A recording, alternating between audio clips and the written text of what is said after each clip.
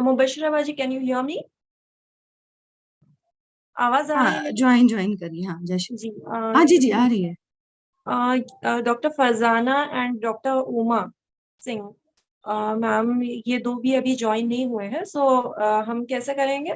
Should I move Vaishali ma'am and others? Okay, this is being live stream. अस्सलामुअलैकुम। वो join हो जाएंगी, अभी तो ज्वाइन नहीं हो पाई हैं, हम कांटेक्ट में हैं।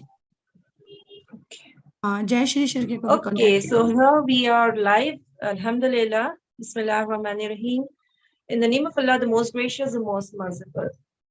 Assalamu alaikum wa rahmatullahi wa barakatuhu. May peace and blessings of Allah subhanahu wa ta'ala be upon you and His mercy. So I welcome all of you to our national webinar of JIH Women's Wing that has been organized today.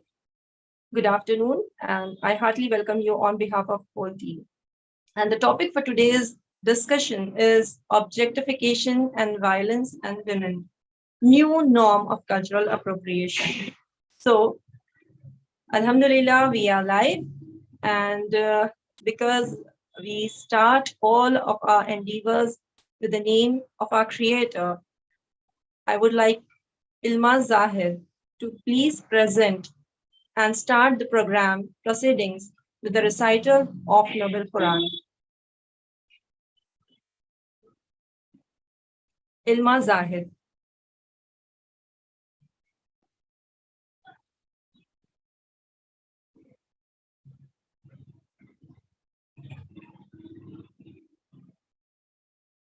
Ilma Zahid.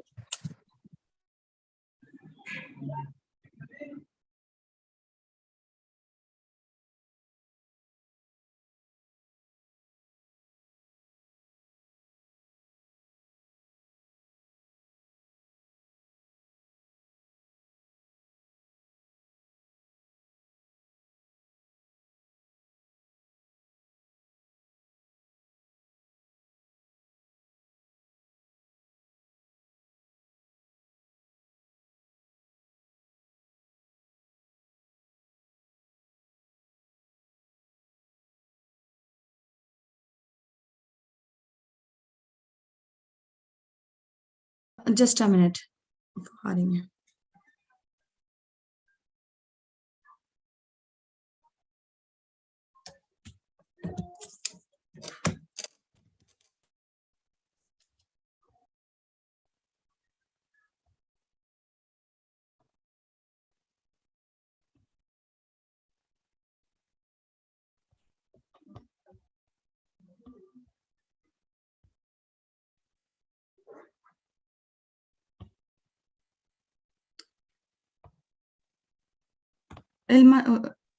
इल्मा Zahid आप join हो चुकी हैं?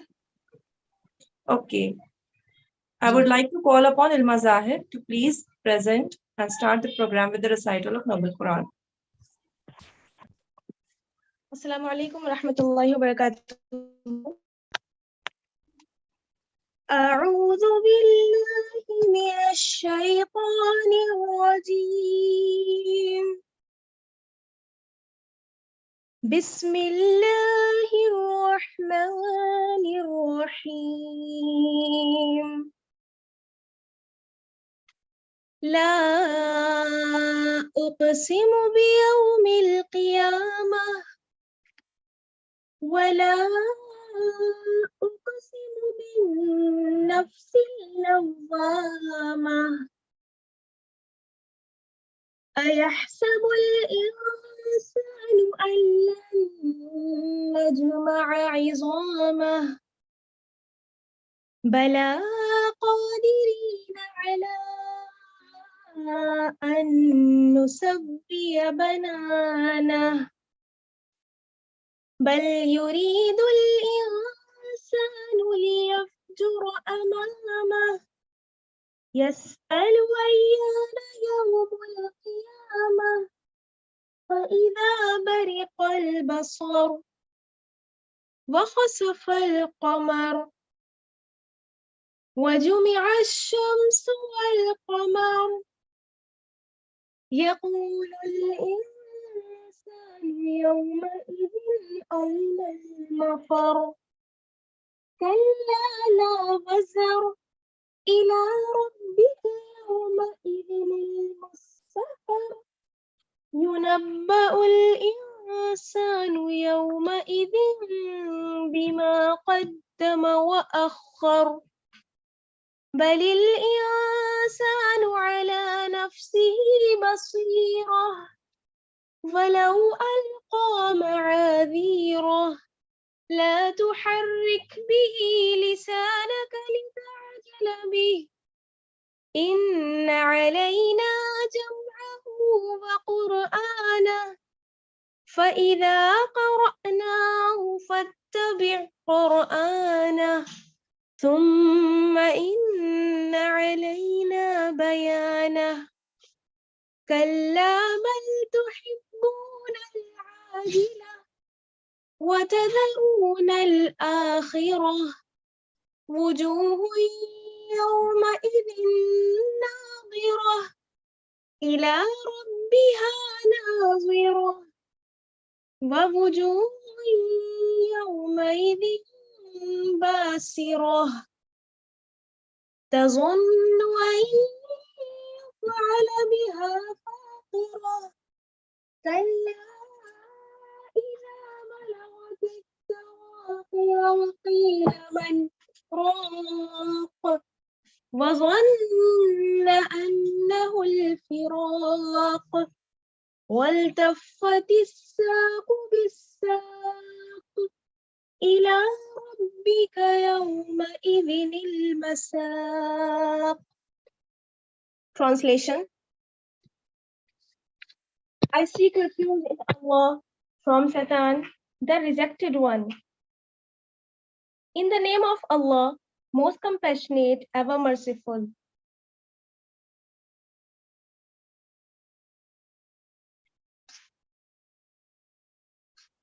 I swear by the day of resurrection, and I swear by the reproaching soul to the contentee of resurrection. Does man think that we will not assemble his bones? Yes, we are. We are able even to proportion his fingertips. But man desires to continue in sins. He asks, when is the day of resurrection? So, when vision is dazzled, and the moon darkens, and the sun and the moon are joined, man will say on that day, where is the place of escape? No, there is no refuge. To your Lord, that day is the place of permanence. Man will be informed that day of what he said ahead and kept back. Rather, man against himself will be a witness. Even if he presents his excuses, move not your tongue with it, O Muhammad sallallahu alaihi wasallam, to hasten with the recitation of the Quran. Indeed, upon us its collection in your heart, and to make possible its recitation. So when we have recited it through Jibreel alayhi salam, then follow its recitation. Then upon us its clarification to you. No, but you love the immediate and leave the hereafter. Some faces on that day will be radiant, looking at their Lord, and some faces that day will be contorted, expecting that there will be done them something backbreaking. No, when the soul has reached the collarbones, and it is said, who will cure him? And the dying one is certain that it is the time of separation, and the leg is bound by the about the leg to your Lord. That day will be the procession. Sadaqallahul Azim. Assalamu alaikum rahmatullahi wa barakatuh. Jazakallah. Thank you, Ilma. So from selling cars and clothes to razor blades, chips and movies, ads and web series, and everything in between, we have become quite comfortable with the sexual objectification of women in society. So for the welcome address, I would like to call upon Dr. Khan Mubashira Firdaus. Dr. Khan Mubashira Firdaus is the editor of Hadia e-magazine. She has a master's in arts, MD, PhD in psychology. She's a vice principal of Accra Junior College and scholar in Islamic studies from Hyderabad. Mubashira Firdaus. अस्सलामु अलैकुम वरहमतुल्लाहि वबरकातुहू। Responsible personalities और तमाम नाजरीन जो देख रहे हैं, अस्सलामु अलैकुम। यहाँ पर इस प्रोग्राम में objectification and violence on women, new norms and cultural appropriation, इस टॉपिक को यहाँ पर मतलब डिफाइन किया जाएगा। हमारे साथ एमिनेंट पर्सनालिटीज़ हैं और इस टॉपिक को जो टॉपिक यहाँ पर ऑब्जेक्टिफिकेशन, सबसे पहले फर्स्ट ऑफ ऑल हम देखेंगे इस टर्म को सबसे पहले यूज किया गया था 1997 में रॉबर्ट फ्रेडरिक ने और टॉमी एंड रॉबर्ट्स ने, इन दोनों ने किया था। और वुमेन को जो है एक ऑब्जेक्ट के तौर पर, लाइक का एक डिवाइस, एक ऑब्जेक्ट, एक शय, चीज के तौर पर यूज किया जाता है, जैसा कि उसके थिंकिंग प्रोसेस को समझाने जाता है, या इमोशनली उसको अब्यूज किया जाता है, या उसको किसी बिजनेस कमोडिटी के तौर पर यूज किया जाता है। और वुमेन्स जो है उसका वायलेंस भी उसके होम घर पर डोमेस्टिक वायलेंस के तौर पर उसका वायलेंस होता है। उसकी तरह उसको सोसाइटी में उसको एक्सेप्टेंस नहीं मिलता है और उसको एक ऑब्जेक्ट के तौर पर डील किया जाता है। जैसे एक रैंप पर वॉक करने वाली लेडी है, वो भी एक ऑब्जेक्ट के तौर पर लोगों को अट्रैक्शन के लिए वुमेन्स को यूज किया जा रहा है। या हम अपने इंडियन कॉन्टेक्स्ट की बात करें तो इंडियन कॉन्टेक्स्ट में भी वुमेन के साथ में उसके जो राइट्स हैं वो राइट्स नहीं दिए जाते हैं। इवन दो ये कि साइबर बुलिंग के इतने सारे केसेस हमारे सामने हैं जो एक लेडी को एक ऑब्जेक्ट समझकर ही उसको सिल्ली डील और बुल्ली बाई को फेस करना पड़ता है। और उसी तरह एक जो इसमें है रेपिस्ट को, उसके जो रेप किया जाता है उसको इस बात से कि अहेड के उसके मतलब इमोशंस पे कितने इफेक्ट हुए हैं, उनको एक क्लीन चिट दे दी जाती है। या फिर अब हम देखते हैं कि वुमेन सिक्योरिटी, हिंदुस्तान में इनसिक्योरिटी बढ़ी हुई है, उसके बावजूद हमारे पास इश्यूज, मतलब वुमेन सिक्योरिटी के जो इश्यूज हैं वो सॉल्व नहीं होते हैं। या फिर हम देखें तो साइबर बुलिंग उसकी की जाती है। तो इस तरह के जो ऑब्जेक्टिफिकेशन, यानी कि औरत को डिवाइस के तौर पर यूज करना, उसके इमोशंस का, उसको एज ए ह्यूमन बीइंग नहीं देखना, ये सारी चीजों को हिंदुस्तान में हम देख रहे हैं। साथ ही ये भी देखते हैं कि एक डोमिनेटिंग कम्युनिटी जो है वो औरत को गाइड और डायरेक्ट करती है कि वो किस तरह से कौन सा लिबास पहने, कवर हेड ना करे और वो एक कमोडिटी सिंबल बनकर रहे। तो इन सारी चीजों को हमारे पास एमिनेंट पर्सनालिटीज हैं जो हमारे साथ जुड़ी हुई हैं। नेशनल सेक्रेटरी रहमतुन्निसा साहिबा हैं, डॉक्टर उस्मा सिंह और डॉक्टर फरजाना खान साहिबा हैं, एडवोकेट वैशाली डोलास मैडम है। उसी के साथ हमारे पास हमारी फेडरेशन सेक्रेटरी समर अली साहिबा हैं, डॉक्टर जयश्री शिर्के हैं और रामा सुंदरी मैम हैं। और कंक्लूडिंग एड्रेस के लिए हमारे साथ शाइस्ता रफत मैम हैं, वोट ऑफ थैंक्स के लिए आरिफा मैम है। ये सारे ही लोग यहाँ पर इस बात पर चर्चा करेंगे कि हमारे पास जो वुमेन को हिंदुस्तान में राइट्स है नहीं है, घर में किस तरह से उसका के वायलेशन को घर में है, इस तरह सोसाइटी में है, नेटवर्क साइबर पर उसकी जो है उसकी बुलिंग होती है, या फिर वो जॉब प्लेसेस पर उसको जो है उसके साथ में वायलेंस किया जाता है, अब्यूज किया जाता है। इन सारी चीज पर चर्चा करेंगे हमारे पास हमारी इमिनेंट पर्सनालिटीज। और हम इस प्रोग्राम में ये देखेंगे कि हम यहाँ पर चर्चा करते हुए इस पर भी सोचेंगे कि वुमेन सिक्योरिटी के हिंदुस्तान में होने वाले इश्यूज पर हम कैसे इसके डिस्कोर्सेस को उठाएं और हमारे अपने जो रूल करने वाली पार्टीज हैं या फिर जो लोग हैं उनके सामने हम किस तरह से इसको एक डिस्कोर्स को जो है नैरेटिव में बिल्ड करें। तो यहाँ पर हमारे पास जितने लेडीज हैं ये तमाम हमारे पास आगे चर्चा करेंगी। इसी के साथ मैं अल्लाह रब्बुल आलमीन से दुआ करती हूँ कि अल्लाह ताला हमारी इस कोशिश को कबूल फरमाए।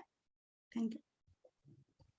Thank you very much for the words, inaugural words.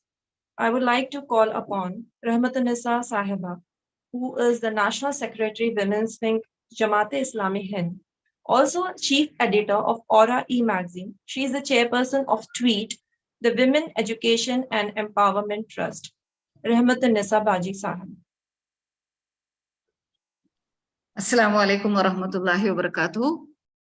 May the Almighty, the creator of all of us, you and me and everyone and everything in and around this universe, shower his blessings upon all of us.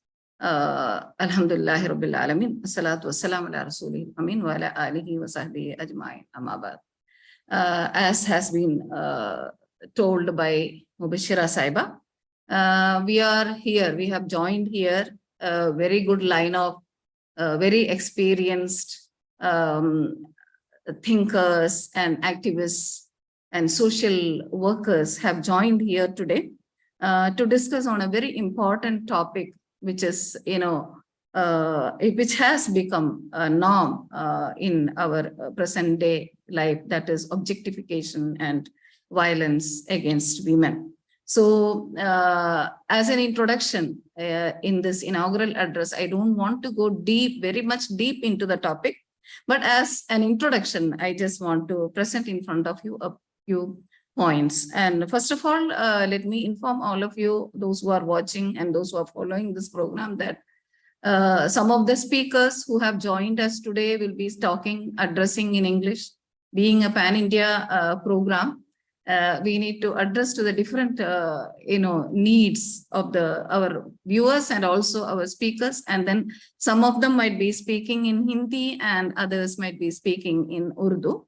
So it will be a mixed language. So I request all of you to bear with us and be with us until the end of this program, so that you can learn, you can gain something and some enlightenment from the presentations of our great speakers who have joined us today. I really look forward to an enlightening afternoon today, because I understand that our speakers who have joined us are really highly experienced. First of all, as Sister Mubashira has said, what is objectification? This theory of objectification was initially developed by in 1997, when this term was coined by the psychologists like Fredrickson and Roberts. So what is objectification? We need to first of all know what does it mean, what is meant by objectification. It means that evaluating or accepting or looking at a woman's worth or value only in accordance with her physical appearance or, in accordance with her sexual functions, reducing a woman to an object of sexual pleasure. See, we all know the word wife, W-I-F-E. If you Google and check, there are two expansions to this word. One is wonderful instrument for enjoyment, W for wonderful, I for instrument, and F for and E for enjoyment. That is wife. And another expansion which you can see is wonderful item for enjoyment. So this is the attitude which begins right from the home, where the family unit begins with marriage and husband and wife relationship. And even the term wife has been expanded like this by many people. So even in marriages and family life, which is like a very important aspect of human relationship, where the original true picture of what human relationship is, man-woman relationship is to be shown to the society, coming generations. There itself the differences begin. So this reminds me of a verse from the Holy Quran. It is actually completely against this teaching of the Holy Quran.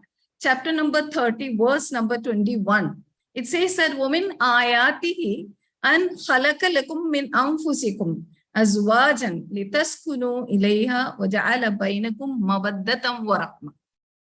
Allah Ta'ala says in the Quran, and among his signs, among the signs of the Creator, the Allah, are that he created you. For wives and men and women are created from the wives, and the mate is created from yourself. It's not something outside. The creation is not something from a lesser stuff or anything. It is the same way both are created, husband and wife or man and woman. And he, so that you will find sukoon each other. We know what is meant by sukoon, peace each other. That is what everybody needs in this life. And that is available through the husband and wife relationship. It is in that way it is being created. And he says that Allah has created, he has put between you, that is between the husband and wife, mawaddatam wa rahma. Mawaddatan means we call it in Hindi prem, or in Urdu we call it muhabbat, love. That is a physical attraction, something with starting from the physical attraction, the sexual attraction, everything is included in that. But it also includes rahma, wa rahma. Rahma means mercy. So if, we can easily understand, it is not just by the physical attraction or the sexual use that a woman has to be valued or a man has to be valued. You have to develop the feeling of mercy, rahma also towards each other, so that you can live long with peace. Even if somebody is sexually not productive or sexually not usable or, physically not attractive, these are all transient things in a human being's life. But long life, they lived happily ever after happens only when this rahma is put in them. But this theory of objectification, this how the society is trying to objectify a woman, is going against this, and it creates lack of sukoon, lack of peace right from the family, and it affects the entire humanity, the entire human life. So coming to the theory developed by Fredrickson and Roberts in 1997, the theory says that women, to varying degrees, the after effect of this objectifying women, they are saying that to varying degrees, women internalize this outsider view. When others are looking at her as an object, what women do is, what is the effect of that? Women also start internalizing this outside view and begin to self-objectify by treating themselves as an object to be looked at. Women themselves feel that, I am an object to be looked at. So my physical appearance should be at the best and as attractive as possible. So you know how the cosmetic industry flourishes. The makeup industry, makeup things. You see, the very term makeup, if you understand, analyze the meaning of the word makeup, what does it mean? Many of you might be teachers here. So you know that when a student does not score well in the present exam, what the teacher advises is, okay, no problem, you can make up for the loss next time. Makeup means there is some kami there. There is some problem there, and you are making up. You are creating something better than that. So that itself shows that there is some kami in you. There is some, something lacking in you. And then you have to make up. So it is the psychologists, they are saying that it increases the anxiety in women. Even a small pimple on the face is enough for her to enter into distress, enter into stress, and her sleep gets upset. And then it affects it also increases the opportunities for body shame. We know when a girl child is born in a family, and if she is darker in complexion, there itself it starts. If her height is not according to the normal value which people say this much has to be, and the body shape, all these result in body shaming of a woman.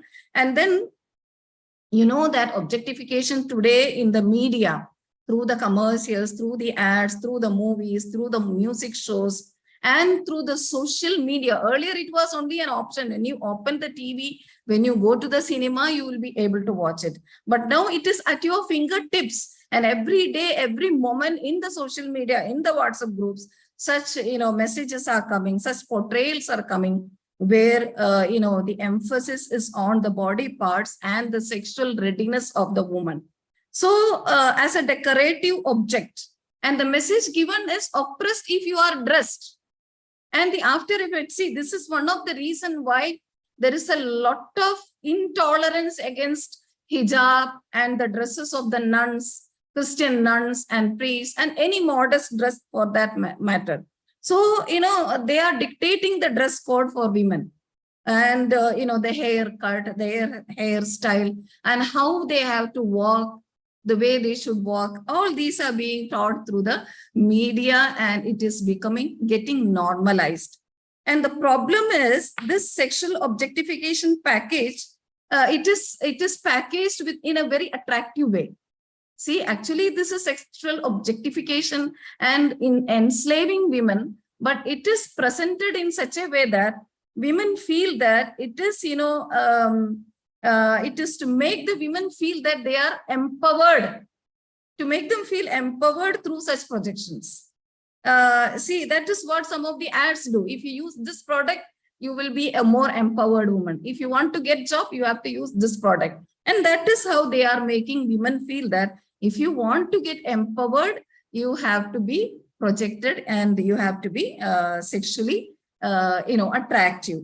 So, but actually, this is not everyone realizes that this is a social sexual exploitation, and this kind of fake commodified empowerment in the consumer world is only to sell the products, which not everyone is able to realize. A psychologist named Gill, he was, observing, his observation is very important in this context. In 2012, he argues that feeling empowered is a ploy. Ploy means it's a cunning plan used by advertisers to continue the sexual exploitation of women for the promotion of consumer culture.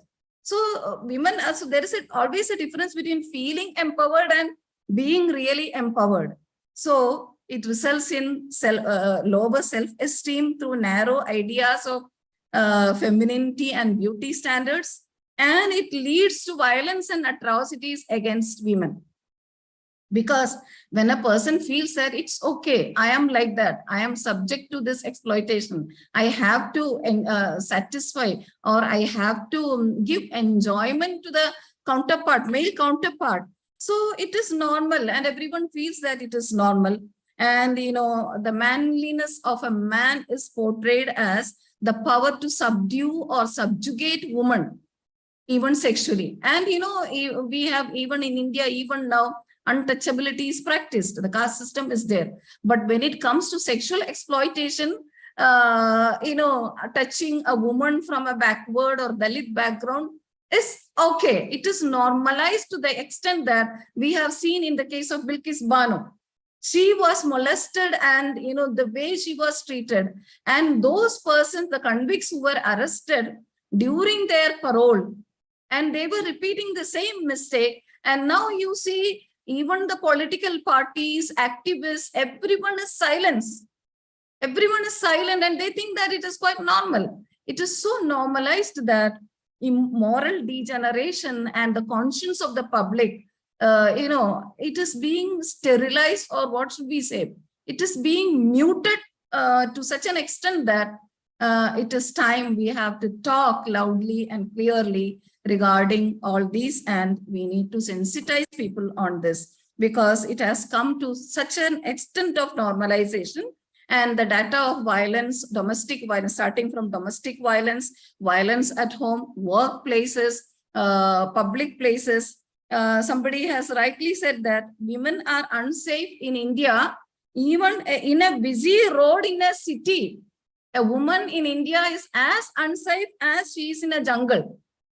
This reminds me of the ideal society or ideal community or ideal welfare state, the touchstone of a welfare state put forward by the Prophet Muhammad Sallallahu Alaihi Wasallam. He said that if a woman is able to travel alone from Sana'a to Hazarmaut, that is a very vast area of a land, fearing only the wild animals, that country is the country which is really cultured, and the country that is really prosperous. So, like this, if we talk about the problems, I don't want to go again more deeper into it. We can talk for hours and hours, but I just want to conclude reminding and what solutions, what are the solutions to this, how we can change the situation. And, here, the first thing is awareness. We need to work on awareness. Women should be aware of the exploitation, and they should know that we as women should know that we are not objects, we are subjects.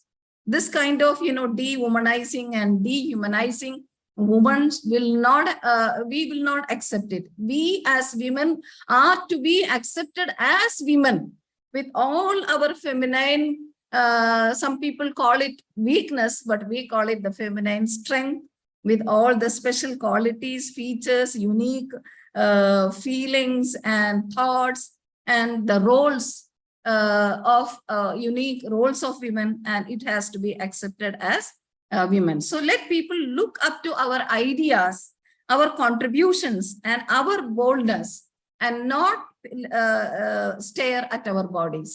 This is the message that we have to give, and this will be possible only through good, real awareness. And then, we need to work on making people fear the Lord. We started with that, and there is a verse in the Holy Quran, chapter number 4, verse number 1 itself. Fear your Lord, O mankind. You are created. The verse, the meaning of the verse is that both man and woman, they are created from the same stuff, same material. So you have to fear your Lord. That is what the Holy Quran talks about. So let us try to work on enabling our women, irrespective of caste, color, religion, region, etc., and be accepted as women with all their unique worth and nature, and not force them to live their life. A woman now is forced to live the life, putting into the shoes of others. Putting into the shoes of others, those shoes which are neither loose or which are either loose or tight. If the shoes is loose or tight, what happens? Moving forward becomes very difficult. Progressing becomes very difficult. So we need to say loudly that we are not for being, forced to step into the shoes of others, the shoes created by you. We should be enabled by the society, by the government, by the media, to enable us to live the life that we have to live as women. And we need to use the media or social media for that purpose. We shouldn't allow the media and social media to use us for their purpose. Instead, we have to use the media and social media for our purpose. And that is the small attempt that we at Jamaat-e-Islami in Women's Wing are doing through this online media. It is a platform created at least once in 3 months. We create this platform to discuss on issues related to women and arrive at conclusions where we can work together and we can find that solutions and make our country and the world a better place to live for both men, women, children, and everyone at large. Thank you so much. And I hope that all our speakers will throw more light on the topic. May the Almighty bless all of us. Wa akhiru da'wana anil hamdulillahi rabbil alamin. Assalamu alaikum. Thank you very much, ma'am. How beautifully you have elaborated to be authentic and not make up things. And authenticity is just being true to ourselves, even when somebody is around us or even if somebody is not. So if people, what I get to know is that if people were not slaves to the sexual desires or appetites, there would be no industry for, sex slavery and the objectification of women. The idea basically means disciplining oneself sexually. Doesn't mean we have to sacrifice our needs completely at the altar of monasticism, but rather to bring out inclinations into conformity with a higher and more ethical way. So thank you very much. Now I would like to set the stage open for our discussion. The time duration for each member on the panel is 10 minutes. So hereby do I call upon Dr. Farzana Khan, who is the head of programs, Operation Peacemaker, My Choices Foundation, India. Dr. Farzana Khan, over to you, ma'am. Thank you very much. And I'm really honored to here today. And so I will use a mixed language because as Rahmat ji has said that it's a pan-India and both the languages people are there. So because we have very less time and this topic is so vast, we dive in the topic with our experience. I think a very perfect kind of opening Rahmat ji has already given, how this objectification of women is leading so many issues. And I think in 1997 we got the in form of theory, you can say, very, and in a psychological term, the mental trauma that women are going and how many things lead into towards that. But I think patriarchy is more than 3,000 or 4,000 old practice. ऐसा कहा जाता है, जो लोग patriarchy का, पितृसत्ता का origin पे काम किया है जिन्होंने, वो कहते हैं. सो ये जो ऑब्जेक्टिफिकेशन है ये औरत का, ये वर्ड हमको शायद 97 में कॉइंड किया गया होगा पूरे इलेबोरेटेड तरीके से, पर पितृसत्ता बहुत पहले से ही है हमारे बीच. और वो थ्योरी के हिसाब से किसी मेल के पास होनी चाहिए.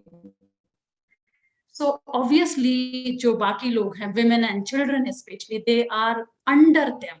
And the moment you place somebody under to someone are not equal. The whole problem in this context is the concept of equality. And when I'm saying equality, people often confuse sameness. I'm not talking about everything is same. God has made everybody different, not a single leaf or a tiny insect or anything in this universe is same. Everything is different, but yet equally important. So men and women, they both are created equally, and there has to be equality. And वो equality को जब आप side रख करके किसी को superior और किसी को इंफीरियर प्लेस करते हो under through a system, then problems arises. So very briefly, like ये ऑब्जेक्टिफिकेशन का जो पूरा सिस्टम पेट्रियार्की में चलता है, मैं वो थोड़ा सा लाइट डालना चाहूंगी, और फिर एक नया अंडरस्टैंडिंग भी मैं चाहूंगी कि जो लोग यहाँ जुड़े हुए हैं वो लेकर जाएं आज इस डिस्कशन से, कि ये एक सिस्टम के तहत चल रहा है. आप इसको आइसोलेशन में नहीं देख सकते हैं. द ऑब्जेक्टिफिकेशन ऑफ women और status of women. And in the patriarchal system, when you are placed below somebody, then it reflects or it goes in every sphere of life.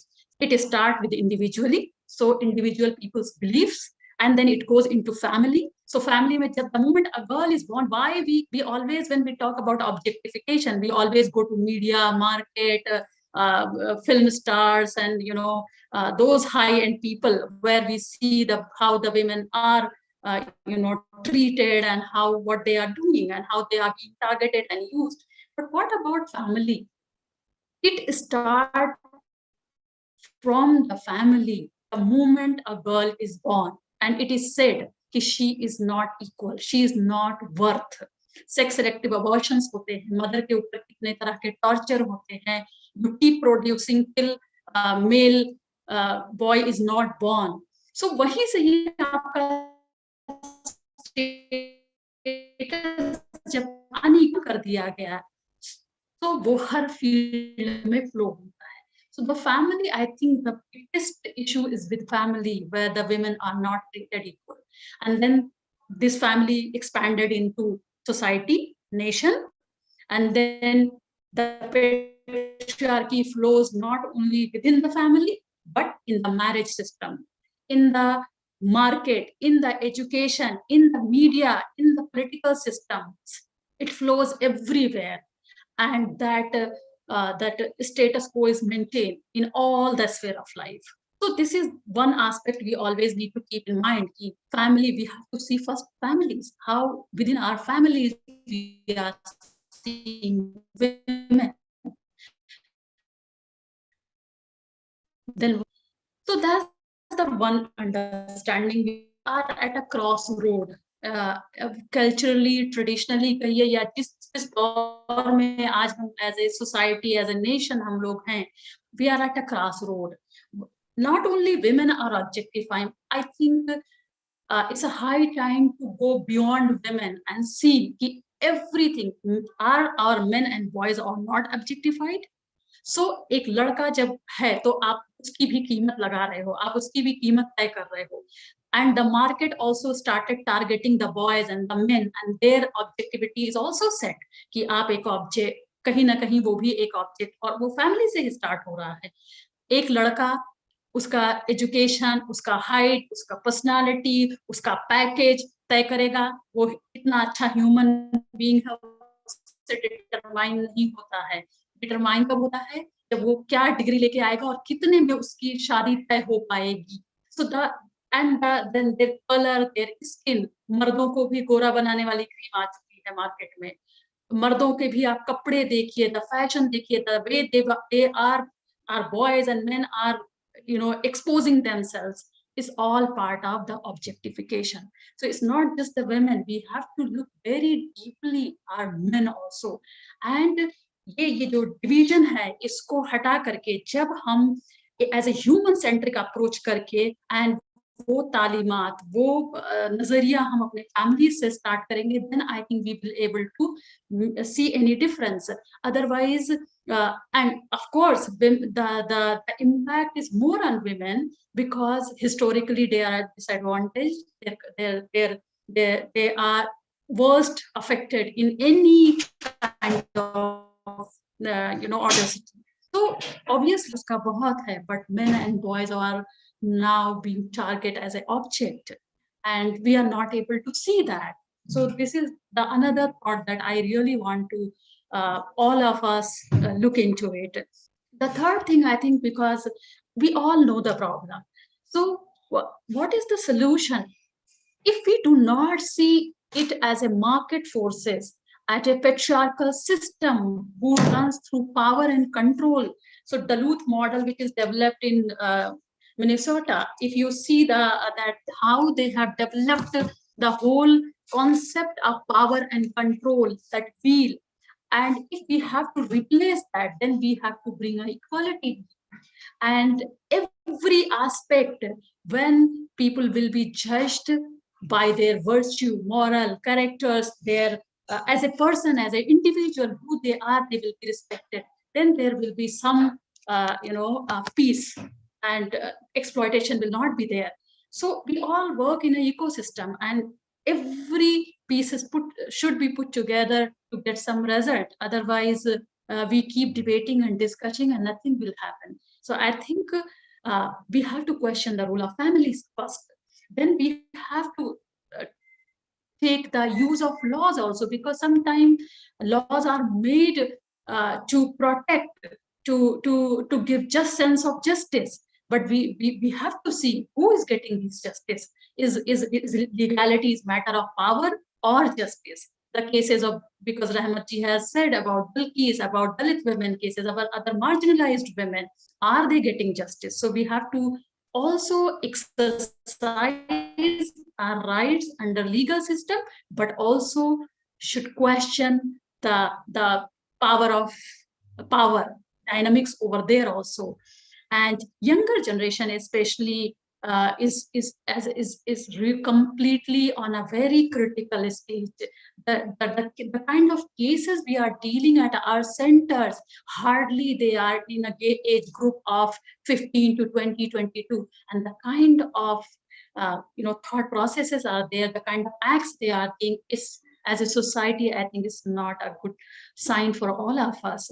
So please, here, mother, sister, brother, whoever is listening and whoever is really want to make a difference, they need to see their children very, very carefully.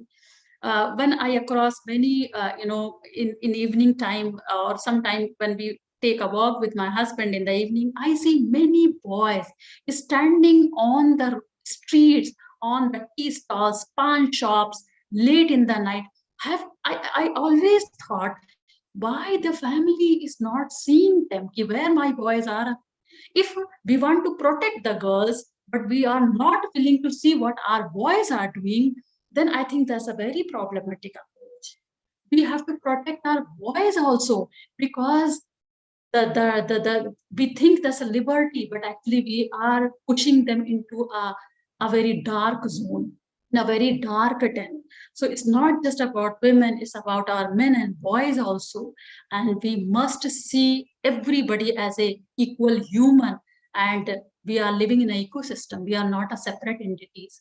So I think let's focus to work on our men folk also, boys also, and give them the sense that what you are considered is privilege.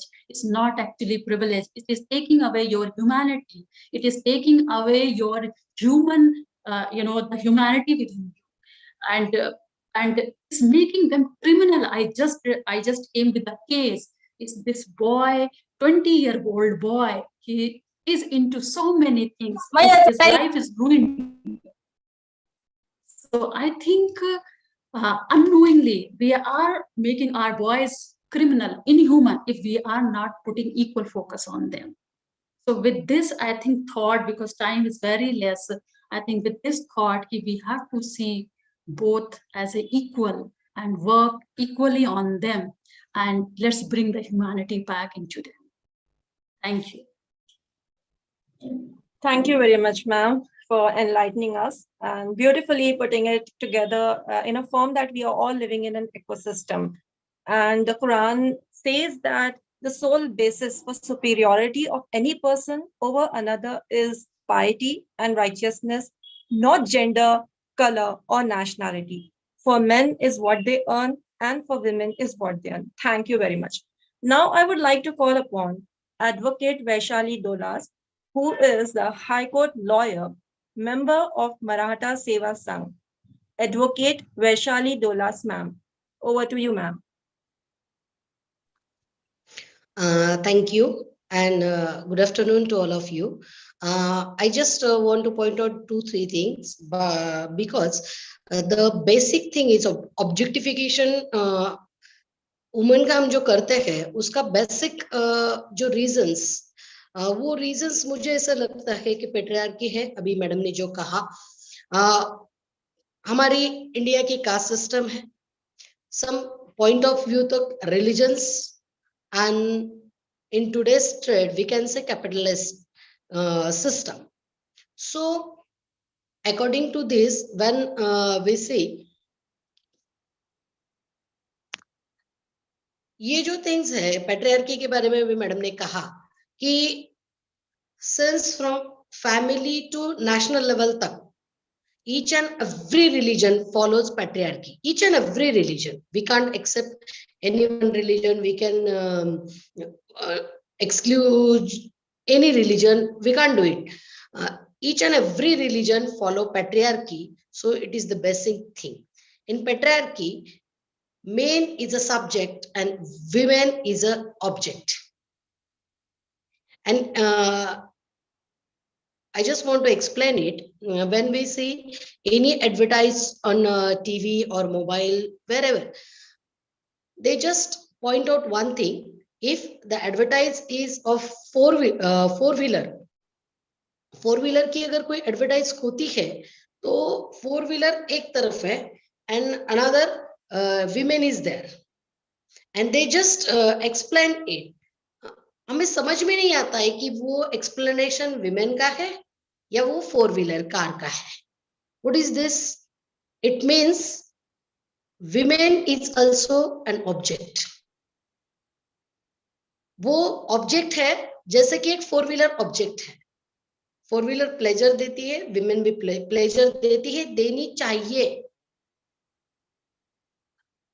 इसके patriarchy के बारे में अगर हम कहते हैं कि patriarchy हमें ये सिस्टम देती है बचपन से, जब लड़की पैदा होती है. सिमोन द बुआ, the second sex, A books में उसका एक सेंटेंस बहुत बढ़िया है कि लड़की पैदा नहीं होती, बनाई जाती है. उसको हम एज ए विमेन तैयार करते हैं. तू लड़की है, तूने ऐसा रहना, तू लड़की है, तूने वैसा रहना. ये बेटा है, उसने रोना नहीं, उसने कलरफुल कपड़े नहीं पहनना, उसने उसका पूरी परवरिश जो होती है बच्चे की, पर्टिकुलरली बॉयज, तो उसके लिए सब रूल्स अलग है और लड़की के लिए सब रूल्स अलग है. सो these rules are different in our family also, and each and every religion. I don't want to just categorize some religions are very good, some religions are very bad. No, patriarchy is working each and every religion, each and every caste in India at least. And therefore हम देखते हैं कि ये शुरुआत यहाँ से होती है. First thing. सेकंड थिंग, हम वैसे ही बड़े करते दूसरा एक मेन पड़ाव हमारी जिंदगी में आता है शादी का। बहुत जरूरी पड़ाव होता है। हमें बहू चाहिए, हमें तो कैसी चाहिए? गोरी होनी चाहिए, एकदम दुबली पतली होनी चाहिए, स्मार्ट होनी चाहिए, उसकी आंखें ऐसी, उसकी नाक ऐसी, उसका शरीर ऐसा, उसकी बॉडी ऐसी, मतलब each and everything we are explaining like a wild animal. मडंग कैसा होना चाहिए, वैसे हम सोचते हैं कि लड़की कैसी होनी चाहिए। उसकी कमर इतनी, उसकी गर्दन इतनी, उसकी आंखें ऐसी, उसकी नाक ऐसी, उसकी कान ऐसे, उसकी चाल ऐसी, उसका शरीर ऐसा, उसके बाल ऐसे होने चाहिए। सो वी आर जस्ट, ये सब डिस्क्रिप्शन जो है वो सब डिस्क्रिप्शन हम एज एन ऑब्जेक्ट करते हैं। तो मुझे ये बात बहुत चुभती है कि जब हम शादी के बाजार में जाते, इट इज क्या आजकल शादियों में डेकोरेशंस वो सबका जैसे कॉन्ट्रैक्ट देते हैं, वैसे हम लड़की की तरफ देखते हैं। So we should stop this patriarchy and then शादी के टाइम एज अ एक इंसान बोल के हम औरत को नहीं देखते हैं, एक लड़की को नहीं देखते हैं, उसको एक ऑब्जेक्ट की तरह देखते हैं। We should stop this. हम बात नहीं करने देते एक दूसरे से, उनको समझ, एक दूसरे की, उनके बिहेवियर है, उनकी लाइफस्टाइल है, उनके विचार है, इनको मिलने नहीं देते। Just we just look whether that girl should be fair, slim and trim and all this things. So हमें ये एक बंद कर देना चाहिए। हमें लड़के लड़कियों को एक दूसरे के साथ मिलजुल के उनके स्वभाव, उनकी लाइफस्टाइल, उनके ड्रीम्स, उनका करियर, इस हिसाब से उनको शादी करने देनी चाहिए। ना कि सिर्फ शरीर देख के पसंद करते, ओके लड़की अच्छी है, चांद का टुकड़ा है, हमारे घर ले आएंगे। उसको एक ब्रेन भी है, वो सोचती भी है, उसको कुछ करना भी है। उसका फ्रीडम आप देने वाले हो क्या? जिंदगी में उसको कौन सा फ्रीडम मिलेगा, उसकी लाइफस्टाइल कैसी है, वो सामने वाले की होगी क्या, ये नहीं सोचते। आई एम नॉट, मैं ज्यादा इस पे नहीं बोलूंगी, सिर्फ just I am point out this things कि हम शादी के टाइम ये बाजार में जैसे जाके एक चीज खरीद कर लाते हैं, वैसे हम लड़की को खरीद के लाए जैसे शादी में लाते हैं। बहुत बोगस सिस्टम है मैरिज का ये इंडिया में। It should be stop. और थर्ड थिंग, मैं एक बात जरूर कहना चाहूंगी। In today's condition capitalism is a normal चल रहा है अभी, यानी और ये कैपिटलिज्म में क्या होता है, इनको कॉस्मेटिक्स बेचना है, इनको चीजें बेचनी है, तो ये और हर ईच एंड एवरी एडवर्टाइज में विमेन को एंटरटेन किया जाता है चीजें बेचने के लिए, और हर चीज का कंपैरिजन विमेन के साथ है, हर चीज का कंपैरिजन। सो हमने एक बार पूछना चाहिए इन मीडिया वालों से कि वो चीज और हमें कोई फर्क नहीं है क्या? और मीडिया में कपड़े नाम की चीज ही नहीं रही औरतों के ऊपर, वो नुमाइश की चीज ही हो गई। मतलब एक डिसेंट, अगर फैमिली के साथ पिक्चर देखना हो तो शर्म आ जाती है कि भाई ये कैसे कपड़े पहने, मेरे हस्बैंड बैठे, मेरे ससुर बैठे, मेरे घर वाले पापा बैठे, चाचा बैठे हैं, जो कोई भी हो गए, उनके सामने शर्म आती है फिल्म देखने की भी। ऐसी एडवर्टाइज है, फिल्म है, सीरियल्स और सीरियल्स। मुझे ऐसा लगता था कि आजकल औरतें जरा होशियार हो गई, अब ये सब चीजें नहीं करती, लेकिन अगर मैं दुनिया में घूमते हैं, फील्ड वर्क पे जाते हैं, तो हमें समझ में आता है कि इन सीरियल्स का इफेक्ट औरतों के दिमाग पर कितना हो रहा है। जो चीज दुनिया में नहीं भी है, वो भी चीज औरतों के दिमाग में डालने का काम ये मीडिया कर रहा है। और आजकल औरतों को कुरान क्या बोलता है, कौन सा धर्म क्या बोलता है, रिवॉल्यूशनरीज क्या बोलते हैं, ये कम समझ में आता है, लेकिन औरतों को टीवी क्या बताता है और क्या सिखाता है, ये हमारे बच्चों को और औरतों को ज्यादा समझ में आ रहा है, और वो ज्यादा से ज्यादा उसको फॉलो कर रहे हैं। ये एक हमारे लिए बहुत ही बैड साइन है, बहुत ही मतलब गलत चीज है कि हम पूरा भरोसा मीडिया पे कर बैठे हुए हैं। अभी मैम ने जो एक लाइटली उसका मेंशनिंग किया, लॉ, बिल्किस बानो का जो प्रकरण है हमारे सामने है, SC STs, आदिवासी, मुस्लिम माइनॉरिटीज और हिंदू भी, लड़कियों के ऊपर जो रेप होते हैं, जो अत्याचार होते हैं, तो लॉ क्या कर रहा है, सबसे बड़ी बात है। तो मुझे ऐसा लग रहा है कि आजकल उन्हीं का लॉ है जो सुपीरियर है, जो कास्ट सुपेरियर है, जो पार्टी सुपेरियर है, जो नेशन में रूल कर रही है उनका ही लॉ है. We know many cases we can say like this, but Bilkis Bano का अगर देखा जाए तो बिल्किस बानो के खिलाफ हम रास्ते पे भी आए थे, हम उसका विरोध भी करते हैं, लेकिन इस न्याय व्यवस्था को, इस शासन व्यवस्था को ऐसा क्यों नहीं लगता कि जो रेपिस्ट है उनको तुम गौरवान्वित करते हो, उनको फूल माला पहनकर क्या बताना क्या चाहते हो तुम लोगों को कि यही ऐसा ही चलते रहेगा और हम चलने देंगे भारत पे, जिस भारत में भारतीय संविधान भी है और वो भारतीय संविधान इक्वालिटी की बात करता है, आर्टिकल 14, 15, 16 की बात करता है.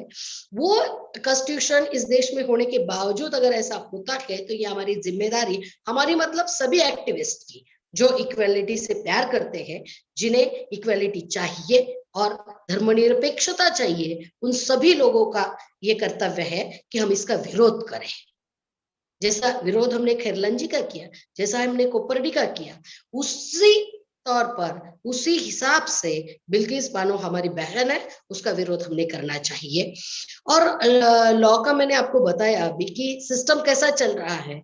जब से 2014 से हमारे देश में सत्ता परिवर्तन हुआ है, तब से लेकर आज तक कि यूपी में तो कौन सा कानून, इंटरकास्ट मैरिज किए तो गुनाह, क्राइम, और उनको हिरासत में ले लिया जाए, जबरदस्ती करवाया, ऐसा कोई भी. I know that my time is up, only 2 minutes. सो ये सब बातों को हमें ध्यान में देना चाहिए. ओनली लास्ट लाइन में कहकर रुक जाऊंगी कि किसी भी औरत ने किसी भी फैमिली में हम क्या कर सकते हैं, ये प्रॉब्लम बहुत बड़ा है, but what can we do. So first thing, but लड़का और लड़की दोनों को इक्वली बड़ा करो. सेकेंड थिंग, शादी के मामले में उसका बाजार मत होने दो, इंसान की इंसान के साथ शादी होने दो. वो कमोडिटी नहीं है, तुम मर्चेंट नहीं हो, उसको खरीद रहे हो, उसको बेच रहे हो, उसको ले रहे हो, उसका मालिक बन रहे हो. हस्बैंड इज नॉट, वो ओनर नहीं है, औरत का हस्बैंड ओनर नहीं है. He should be a friend, partner. हम क्या करते हैं हिंदू रिलीजन में भी, पति को परमेश्वर बताते हैं, मालिक बोलते हैं. He is not our मालिक, मालिक ऊपर है. तो each and every husband should treat his wife as a friend with equality. Her family में अगर ये होता है, अगर हम ये कर सकते हैं तो we should start from ours. और थर्ड थिंग मैं जो कहूंगी, पेट्रियार्की, कैपिटलिज्म और कास्ट सिस्टम, इनको हमने तहे दिल से ना बोलना चाहिए. We all are equal, so we should treat each and every woman as a equal and as a subject. जो अभी दीदी ने कहा था कि हम ऑब्जेक्ट नहीं है, ये हमने बताना चाहिए खुद को. ये बॉडी को सिर्फ मेकअप करना, ये कॉस्मेटिक लगा के मैं सुंदर दिखूंगी, वो कॉस्मेटिक लगा के मैं सुंदर दिखूंगी, फॉरगेट इट. तुम ह्यूमन बीइंग हो, live as a human being. So thank you for inviting me. Thank you very much, ma'am, for your enlightening words. Definitely, modesty is a thing जो हमारे हाथ में है, and the way we treat ourselves, the world will treat us.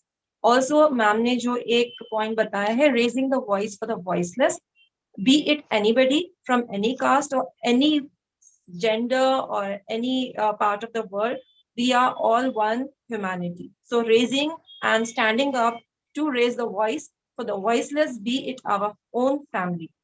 Thank you, ma'am. So now I would like to call upon Samar Ali, who is the General Secretary of National Federation of GIO. GIO is Girls Islamic Organization. She has also done her postgraduate in journalism and mass communication from Hyderabad, EFLU, and also served as Students Union General Secretary over there. Currently, she is working in an MNC. Samar Ali, over to you. Assalamu alaikum wa rahmatullah. Hope my voice is clear. First of all, I express my gratitude towards the Women's Wing of JIH Hind for inviting me for this session. I would like to start by mentioning about a girl named Misbah. Earlier this week, she won the elections, the Students' Union elections in one of the prestigious institutions in Kerala. Misbah is a girl who wears veil. niqab or face cover, and she won as the counselor of the Arabic department. So throughout her campaign period, Misbah put forward her views, her politics, her stance on various issues in front of the student community. And she addressed the student community in the same attire, that is a black abaya and a face cover. And the student community obviously accepted her and voted her as their representative. Until recently, for the last 2 days, Misbah has been subjected to heavy social media trolling, being called as a terrorist, an extremist, and even a Talibani by and whatnot.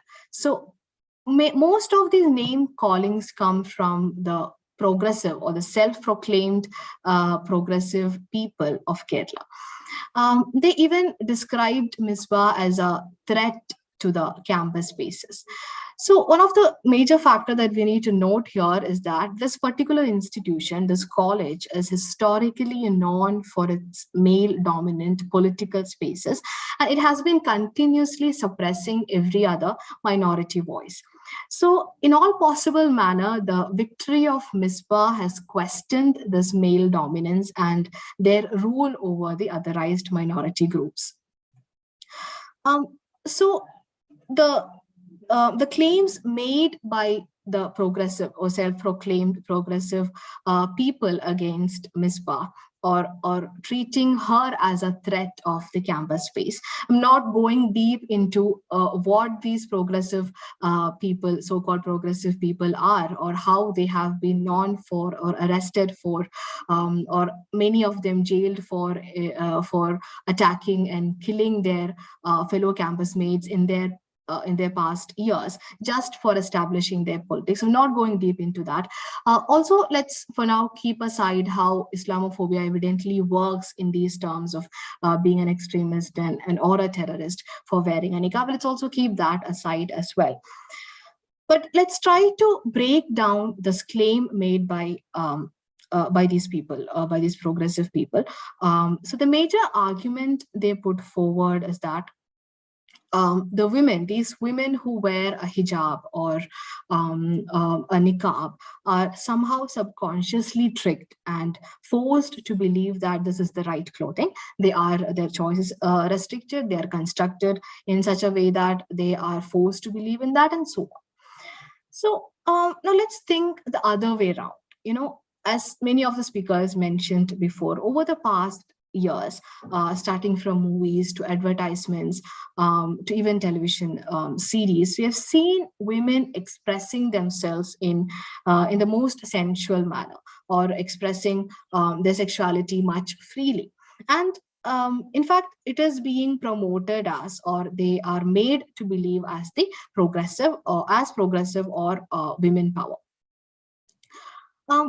And along with that, we have also witnessed over these years, say it be during movie promotions or interviews, we have seen these women celebrities placed in the designer clothes, which again expressing most of their sensuality, which is said to be the women power. These women celebrities are thrown in front of a bunch of cameras and journalists who zoom into their body parts, making them utterly uncomfortable. And we've even seen many times these women celebrities trying to hide their body parts or hide away from these cameras for what they've been wearing. They're not even able to sit comfortably on a chair. And somehow, very surprisingly, this is not considered as a violence, where very clearly this burdens or disturbs these women physically and emotionally. It is not considered as a violence against women. They are restricted from speaking up or expressing their views freely because of what they have been constrained into. So Amanda Zimmerman, in one of her famous article titled "The Sexual Objectification of Women in Advertising, a Contemporary Cultural Perspective," she describes how women have been portrayed in television advertisements over the decades, starting from 1960s to the current scenario. And she describes how women have been portrayed as sex objects, as decorative elements, or as alluring objects of sexual gratification, and so on. And towards the end, Amanda derives that the major change between what was the scenario in 1960s and from the current scenario is the attitude of young women towards the sexual objectification. But initially, if these were considered as offensive, or where young women were offended by how they have been portrayed as sex objects in the television advertisements, now they are embracing it. They are considered these objectification and representation of women as sex objects is considered as a progressive element, or only then women are considered to be progressive enough to fit in this modern world. So the most terrorizing factor here is that being objectified is normalized. In order to be seen, in order to be acknowledged, I have to present myself in the most sensual manner. Or I can seek attention, or I can fulfill the femininity only if my body is exposed with the most sensual elements. Even if how uncomfortable I am, even if how exhausting it is, how deteriorating it is said to be okay, and or the ideal, it is the ideal way to present a woman's body in today's era. So the objectification of a woman's body is no more a crime. In fact, it is no more a violence, but it is the new normal. Frantz Fanon, there is a famous quote by Frantz Fanon. He was mentioning about the veiled women in Algeria, and the quote goes that this women who sees without being seen frustrates the colonizers. This woman who sees without being seen frustrates the colonizers. So he was mentioning about the French colonizers when they were trying to colonize Algeria. The women of Algeria, the veiled women of Algeria, put forward immense struggle against the colonization. It is another fact that this struggle of Algerian women were never considered as a women's movement or a feministic movement in the so-called mainstream history. But other than that, there is an urge to colonize or to rule over a female body. And if that is not possible, then that irritates, that aches the colonizers. Let it be the historical colonizers, or let it be the liberal world, or the modern normalized progressive male dominant world. Whenever they are unable to colonize over a female body, that aches them, or that is this urge, or that is what irritates them. And that is why exactly how this is being normalized, so that the male counterparts can be satisfied by objectifying the female body. I'm concluding my words just by reinstating what most of the speakers mentioned. It is important to educate and to create awareness among the male community to respect women, and how to tackle the violence, the physical and emotional violence carried out against women. That is an important factor. But along with that, it is also important to to criticize this ideal world that is being constructed, where women are forced to objectify themselves, where women are forced to believe that only when I present myself in the most sensual manner, I can have a representation in the modern world. There has to be joint efforts against tackling this idea, or this disturbing and absurd idea of normalizing the objectification of female body. I'm concluding my words with that. Once again, I thank the Women's Wing of JIH Hind for inviting me. It is a pleasure to be part of the session. Thank you. Assalamu alaikum wa rahmatullah. Thank you very much, Samar, for beautifully mentioning the way we need to create awareness, especially among girls and all genders, how to create a balance between objectification at the extreme and not idealizing the situations. Thank you very much, Sister Samar. Now, I would like to call upon Dr. Jayashree Shirke, who is the member of Vanchit Bahujan Aghadi, over the panel. Dr. Jayashree Shirke, ma'am, over to you.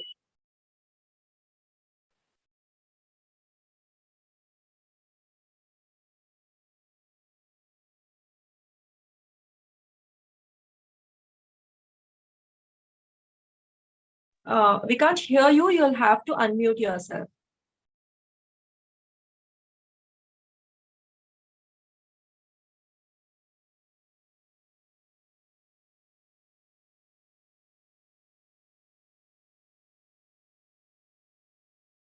I think so. There's some technical glitch. Just check on without the earphone on.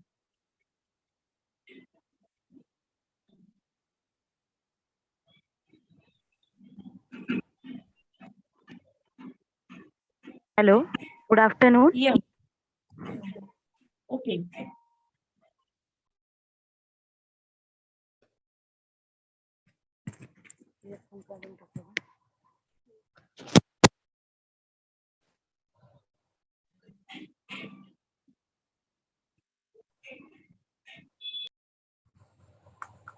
Hello.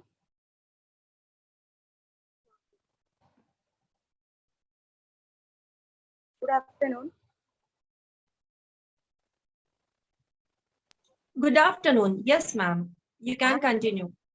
हाँ, मुझे अभी तक मैंने जो चर्चाएं सुनी है इसमें से मुझे ये अभी मैं ये कहना चाह रही हूँ कि लेडीज जब तक खुद को क्या लगता है ये महसूस नहीं करेंगी तब तक हमारी ये जो प्रॉब्लम है ये सॉल्व होने वाली नहीं है।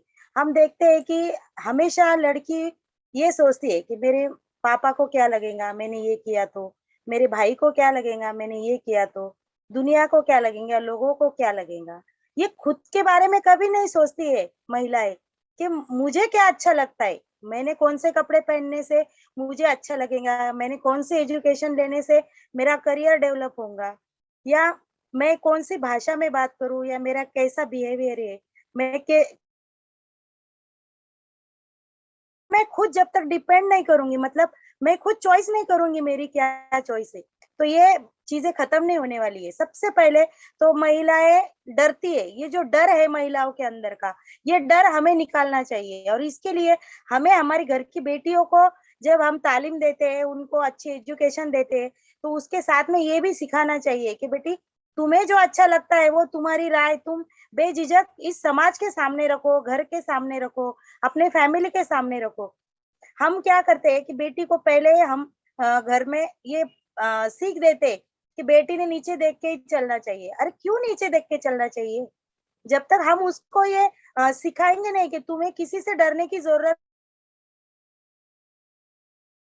तुम एक जैसा अभी डोलस मैडम ने कहा कि महिला कोई शोभा की वस्तु नहीं है और उसके शादी का जैसे बाजार खड़ा किया जाता है, तो इस मामले में हमें ये बेटियों को सिखाना चाहिए कि तुम कोई शोभा की वस्तु नहीं हो और तुम्हें भी इस सिस्टम से, इस समाज में तुम्हारी एक अलग रिस्पेक्ट है और तुम्हें खुद को साबित करने का समान अधिकार भारतीय संविधान ने दिया है। जब हमें भारतीय संविधान ने महिलाओं को समान अधिकार दिया है, तो अभी जो समाज के जो ठेकेदार है जो हमेशा महिलाओं को टारगेट करते हैं कि महिलाओं ने ऐसे कपड़े पहनना चाहिए, वैसा रहना चाहिए, हम देखते कि हमने अगर शॉर्ट कपड़े पहने तो भी इनको प्रॉब्लम होती है, और अगर हम हिजाब पहनते हैं, हम बुर्खा पहनते तो भी इनको प्रॉब्लम होती है। तो ये देखिए इस सोच के पीछे कहीं तो भी हम भी जवाबदार है। मतलब महिलाएं जब तक खुद को सक्षम नहीं बनाएंगी, खुद की एक अलग पहचान नहीं बनाएंगी, तब तक ये लोग हम पर ऐसे ही ब्लेम करते रहने वाले हैं। हम देखो अभी मैं सोशल वर्कर भी काम करती हूँ और जर्नलिज्म में मेरी पढ़ाई है। मैं बहुत जगह जाती हूँ तो ज्यादातर घरों में ये देखा जाता है कि हम लड़के को इंग्लिश मीडियम में पढ़ाते और लड़की को मराठी मीडियम या फिर उर्दू मीडियम या हिंदी मीडियम में पढ़ाते। तो ये भेदभाव जो है ये हमारे घर से शुरू होता है, तो ये हमारे घर में से ये भेदभाव खत्म होना चाहिए। जब भूख बेटे को भी लगती है और बेटी को भी लगती है, तो खाना सिर्फ बेटी को बनाना क्यों सिखाते हैं? घर में अगर झाड़ू मारने का काम है तो वो बेटी को ही करने लगाते हैं। कभी हम बेटे को नहीं बोलते कि बेटा तू भी झाड़ू मार ले। तो ये जो दोहरी जिंदगी हम जो जीते, तो ये हमें बंद करनी चाहिए। हमें अपने बेटी को और बेटे को दोनों को एक जैसी परवरिश देना चाहिए। ना तुम किसी से कम हो ना वो किसी से कम है। और अपने घर में जो बेटे हैं उनको हमें ये सीख देना चाहिए कि हम जब घर से बाहर जाते हैं, जो समाज में महिलाएं बेटियां दिखती है, तो ये भी किसी की बेटी है, किसी की बहन है, हमें इनकी तरफ कुछ गलत इससे देखना नहीं चाहिए।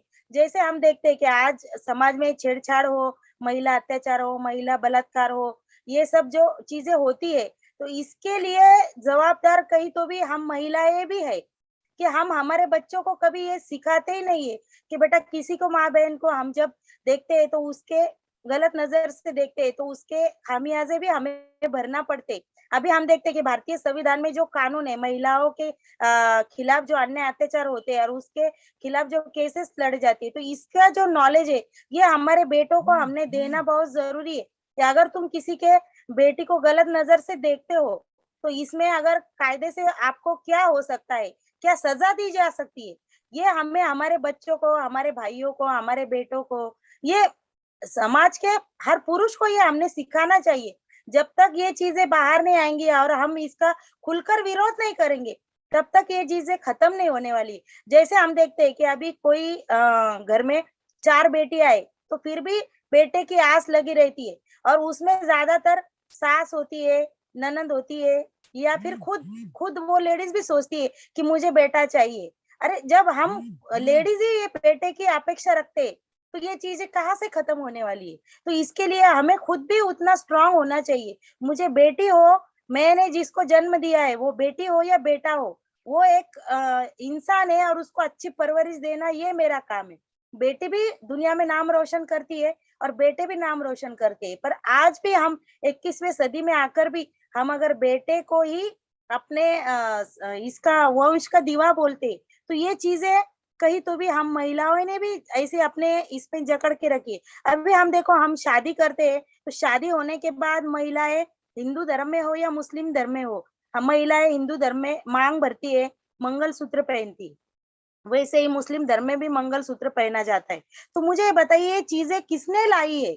ये शादी के बाद महिला ने मंगलसूत्र पहनना चाहिए, पैर में बिछुए पहनना चाहिए, उसने माथे पे सिंदूर लगाना चाहिए, तो ये चीजें हमारे पे जिसने ला दी है तो ये क्यों ला दी है? ये हमारे इसके मतलब हमारे मर्जी के बिना ही हमें करता है। तो वो क्या पहनता है? वो कोई चीज गले में डालकर घूमता है क्या कि मेरी शादी हुई है? फिर लेडीज ने ही क्यों ये चीजें अपने ऊपर थोप ली है? जब तक ये हम इन चीजों को विरोध नहीं करेंगे तब तक हमारे ऊपर होने वाले अन्याय अत्याचार भी खत्म नहीं होने वाले। जैसे अभी हमने देखा कि अभी बिल्किस बानो का जो मुद्दा है, तो बिल्किस बानो के मुद्दे पे मुझे ये लगता है कि हर भारत की हर औरत के जहन में ये आग उठनी चाहिए कि बिल्किस बानो के साथ आज ये हुआ है तो कल हमारे साथ भी हो सकता है। मतलब जब आग पड़ोस के घर में लगती है तो वो आग हमारे घर तक आने में देर नहीं लगती। तो हर लेडीज ने इसका विरोध करना चाहिए। समाज में बलात्कार करने वाला कोई धर्म का नहीं रहता, कोई जाति का नहीं रहता और उसकी कोई पहचान भी नहीं होती, वो एक क्रिमिनल ही होता है।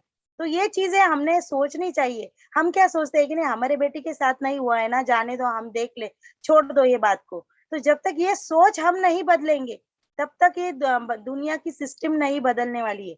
और भारतीय संविधान की जो नियम है, जो कायदे कानून है, ये जब तक हम अच्छी तरह से फॉलो नहीं करेंगे, अभी हम देख रहे हैं कि जैसा बिल्किस बानो के हत्यारों को इन्होंने उनका बहुत स्वागत वगैरह किया, तो ये सोच कितनी गलत है। तो हम भारतीय संविधान को चलाने वाले जो लोग जिनके हाथ में अभी हमारे देश की भागदौड़ है, वो लोग अगर इसका स्वागत करते हैं तो सोचो कि संविधान को मतलब हम चला नहीं रहे हैं कि संविधान के खिलाफ हम काम कर रहे हैं। तो ये ऐसे लोगों को, ये सिस्टम को हमने विरोध करना चाहिए। जब महिलाओं के बारे में बात निकलती है तो हम देखो आज भारत में हर तीसरे मिनट को बलात्कार होता है।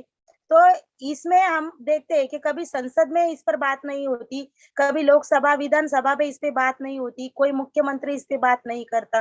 तो मुझे ऐसा लगता है कि जब तक महिलाएं सक्षम होकर एक साथ होकर रास्ते पे नहीं उतरेंगी तब तक हमारे खिलाफ जो होने वाले अन्याय अत्याचार है ये रुकने वाले नहीं है। ये सब अगर रोकना है तो सबसे पहले हमें खुद को बदलना है, हमारी खुद की सोच बदलना है कि मैं अगर एक महिला हूँ तो मुझे भी पूरी आजादी इस भारतीय संविधान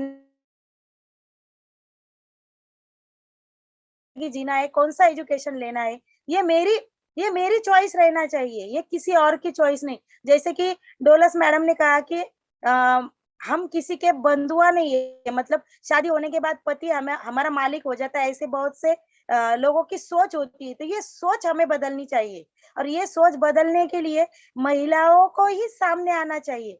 अगर मुझे कोई समझो एक आधा घर में डिसीजन लेना है, तो वो डिसीजन मेरे फैमिली के साथ मैंने डिस्कस करना चाहिए, और उनको बताना चाहिए कि मैंने ये निर्णय लिया है और ये मैं आपको बता रही हूँ और ये मैं करने ही वाली हूँ।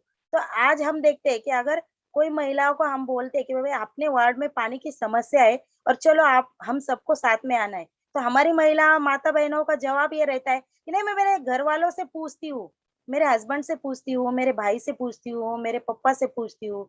अरे बाबा, जब तुम एक सादा डिसीजन तुम खुद नहीं ले सकते हो, तो तुम जब खुद खुद को क्या करना है, खुद के एजुकेशन के बारे में ही हम डिसीजन नहीं ले सकते। बहुत सी फैमिलियों में हम देखते हैं कि बेटी को अगर डॉक्टर बनना है तो घर वाले प्रेशर डालते हैं, नहीं नहीं तुम टीचर बनो, तुम ये करो, तुम फैशन डिजाइनिंग कोर्स करो, तुम घर में रहकर जो काम कर सकती हो वो एजुकेशन वो पढ़ाई लो। तो ये जो सोच है, इस सोच को हमने बदलना चाहिए, और ये सोच बदलने के लिए हमारी जो आने वाली पीढ़ी है, अभी जो छोटे लड़कियां है, जो लड़के हैं, इनकी सोच को हमने डेवलप करना चाहिए। इनको हमें बताना चाहिए कि हमारे भारतीय संविधान ने जो समान अधिकार दिया है वो लड़की के लिए भी समान है और लड़के के लिए भी समान है। तो हम अगर एजुकेशन चॉइस के बारे में भी लड़की को अधिकार नहीं दे रहे हैं, और शादी के बारे में तो बहुत दूर की बात है। तो ये सब चीजें जब तक बदलेंगी नहीं, जब तक हम एक साथ आकर इस लड़ाई को लड़ेंगे नहीं, तो ये लड़ाई सालों साल ऐसे ही चलने वाली है। जैसे हम देखते हैं कि बाबा अभी शादी करने के टाइम हम अपनी बिरादरी, अपने समाज, अपने धर्म के बारे में ही सोचते हैं। अगर हम बीमार हो जाते हैं और हॉस्पिटल जाते हैं, जब हमें खून लगता है, तब हम खून की जात या उसका धर्म या उसका कलर देखते हैं क्या? नहीं देखते। तो फिर लड़की के बारे में ही ये सब चीजें हम क्यों सोचते हैं? इसीलिए हमें हमारी सोच ही बदलना चाहिए। जब तक हम खुद को डेवलप नहीं करेंगे, तो हमारे पे होने वाले अन्याय अत्याचारों के खिलाफ हम लड़ नहीं सकते। इसलिए मुझे ऐसे लगता है कि हर महिला ने अपने घर के बच्चों से, अपने खुद से ये शुरुआत करनी चाहिए कि मुझे क्या अच्छा लगता है और मैंने क्या करना चाहिए। ये मेरा खुद का डिसीजन रहना चाहिए, किसी और का नहीं। तो ये सोच के साथ मैं आज यहाँ पे ज्वाइन हुई हुई हूँ इस जमात इस्लामी के इस प्रोग्राम में। तो ये मेरी सोच है। मुझे आपने बोलने का अवसर दिया, इसके लिए बहुत बहुत धन्यवाद। Thank you very much ma'am. आपने जो बात कही कि नफरत की आग है या ऑब्जेक्टिफिकेशन या ये जो रेप कल्चर की आग लगी हुई है, आज हमारे घरों में है, कल किसी और के घर में, आज हमारे घर में भी लग सकती है। तो बहुत ब्यूटीफुली आपने ये पोर्ट्रे किया कि इस पर आवाज उठाने की जरूरत है। एंड हर गर्ल और विमेन खासतौर पर सबको अपनी वॉइस, कंसेंट या कंसर्न रखना आगे, उसका अधिकार होना चाहिए। अल्हम्दुलिल्लाह वी हैव सीन दैट इस्लाम ने इसको बहुत ज्यादा, अगर आप स्टडी करें बेसिकली बहुत सारी चीजें जो यहाँ डिस्कस आई है, it's due to lack of education as well. तो सही एजुकेशन और अवेयरनेस से बहुत सारी चीजें अचीव हो सकती है। So now coming on to our last panelist on the panel, Rama Sundari ma'am. She is a part of Progressive Organization for Women, HOD, Electronics Department, Women's Polytechnic College, Guntur, Andhra Pradesh. Over to you, ma'am. Rama. Thank you. Am I audible? Yes, you are. Yeah, I'm very happy to meet you all here. And thank you for the opportunity to make a submission here, my submission. And this is an honor to speak and listen to you all. And this on this ever relevant topic of objectification and violence on women, new norm of cultural appropriation. I myself felt very happy to take this topic. I am with the Progressive Organization for Women for 30 years in Andhra Pradesh. And I dealt with many people, especially women, which are working women throughout Andhra Pradesh. And as an academician, I am dealing with students, especially girl students of all academic and social status. So I observe all these things, and especially when I'm dealing with SC, ST, BC students and underprivileged students, I have seen so many changes during these years, both positively and negatively. Especially from 1991, when this new economic policies comes into existence in our country, women life took a different turn. And suddenly this objectification is not a new norm to women before this, but now this new economic policies nakedly kept women in the market. After Aishwarya Roy and Priyanka Chopra won the global crowns of beauty competition of India, India became the epicenter of large market of cosmetics in the name of beauty competitions, advertisements, cosmetic selling, cinemas and TVs and internet and social media. Women's body is being projected as a sellable item. Women have to endure the consequences very soon in the name of rapes, molestation, and sexual violence. Sorry, I am a little bit fast since my time is very less. And women, historically neglected and culturally appropriated and politically marginalized, women in today's world face a lot more changes and challenges than when they are endured during the last centuries. It is not to overlook the battle they won. However, my session shall be based on the facts that the struggles towards forming an emancipatory and free world have been backbreaking, always understood as the other rather than misunderstood. The women across the world have been shot in their heads, their eyes gazed, necks removed from their shoulders, breasts cut and taken away. The world did not just stop there. Its cruelty had no limits, for cruelty itself has got no limit. The unequal world thought women to be an object of it, receiving sexual pleasure. Its brutality against women turned into bestiality, again to deny the fact that they have been supported and loved by few in this unequal society would be an injustice and understatement. However, when iron rods get inserted in our bodies, the question of justice and equal world seems to be a cruel joke, a distant dream and an unachievable task. Let us begin by looking inward first. Then I will come to external factors limiting the origins of the women wings. The smallest corner of a house is kitchen. This world ensured and tied women to a role, the role to cook, the role of a cook. Just yesterday, a court in India said that women should first say before marriage if she does not want to do household work. The world designed the house and the smallest area was reserved for her. The world gave women the smallest of the areas and took the hardest labor from her.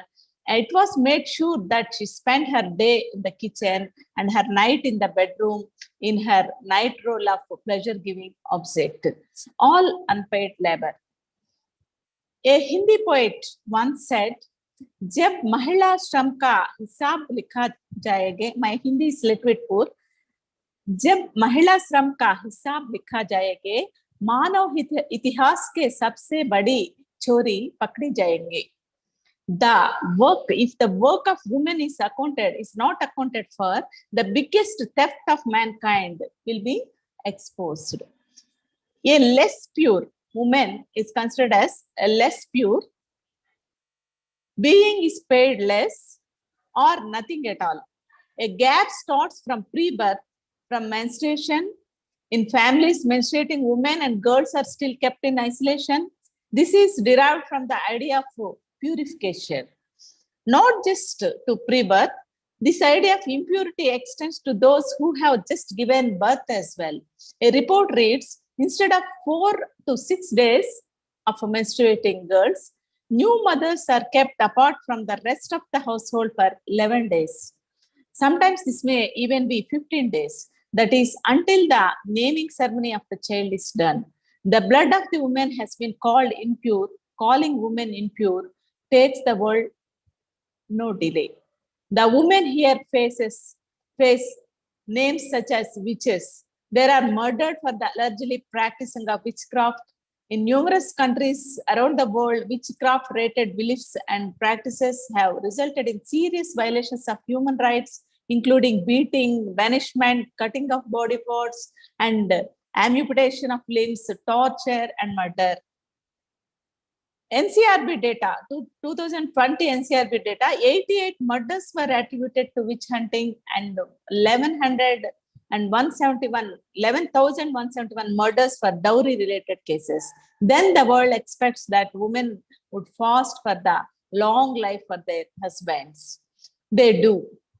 It is hailed as a choice once again, much like dying for a man was hailed during sati practice, as if killing oneself was a choice. What could be termed as a choice, free from all boundaries, is life, a will to live. It is no more slogan when women demand equal rights to be able to go out at nights. It means they are here to correct the blunders of history against them. In the name of what women shall wear, they are prosecuted. In the name of what they shall not wear, they are prosecuted. From the month-old girls to elderly women, they are being molested, brutalized, raped, and murdered. Violence against women, custodial violence involving the rape and molestation has been on in the increase. According to many studies, over 95% of sexual harassment cases against women are by someone who knows her. It is no mere slogan when women demand safe spaces in house and outside so that they could live freely. It is no mere slogan when women rise, it protects the fascist regime.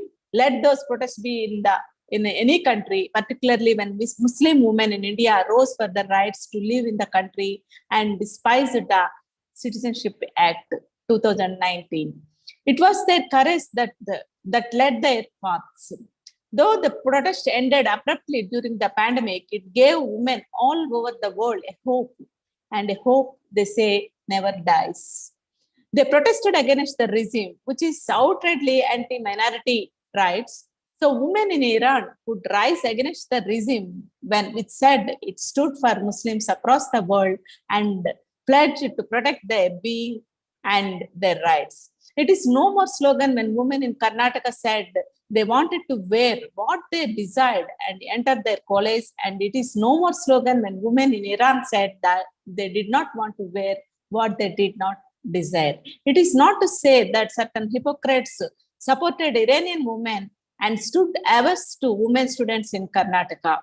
It is also to be noted that certain occupiers, Israel occupying Palestinian land, say it stand with Iranian women, but brutalized resistance in their own regimes. The cowards are scared to death. They say they supported sexual minorities such as lesbians, gays, transgenders, bisexuals, and all in the name of democracy, but install automatic guns to shoot others. In India, for example, a much respected ruling by the Supreme Court of India came in September. It extended the right to safe and legal abortion up to 24 weeks to unmarried and single women, saying it is the right of every woman to make reproductive choices without interference from the state. Even these two medical practitioners would decide whether a woman could terminate pregnancy or not. The state made these two doctors the arbitrators of what should be the woman's own private decision. They became gatekeepers of women's agency. Thereby, the state deliberately erects a barrier for women's access to abortion. In that way, the state and the society sees women as a childbearing machine and the biggest of all objectifications of women. Nonetheless, India hailed this change, and it is for good that SC's rule was welcome. However, it came at a time when, sadly, about a dozen of the rapists of a Muslim woman was freed from the prison in Gujarat. They were convicted criminals, also charged with the murders of 14 members of the woman's family. Needless to say, the woman is a Muslim who survived the Gujarat anti-Muslim program in 2002. What appears to be pathetic is that these criminals were freed on the day when the country's prime minister gave a sermon wherein he asked the people to respect women. The hypocrisy in the scene is that they were set out when the government cited their good behavior and court took the cognizance. Another convicted criminal for rapes, this time more influential and whose photos could be seen with the Prime Minister as well, was set out by prison and is now giving sermon from the outside. His name is Gurmeet Ram Rahim, a member of ruling party Janata Party. Vikram Thakur attends the Gurmeet Ram Rahim religious sermon called Satsang to take his blessings. A rape convict is blessing a minister. It seems that country is becoming tolerant towards rapists, making women more vulnerable to their presence.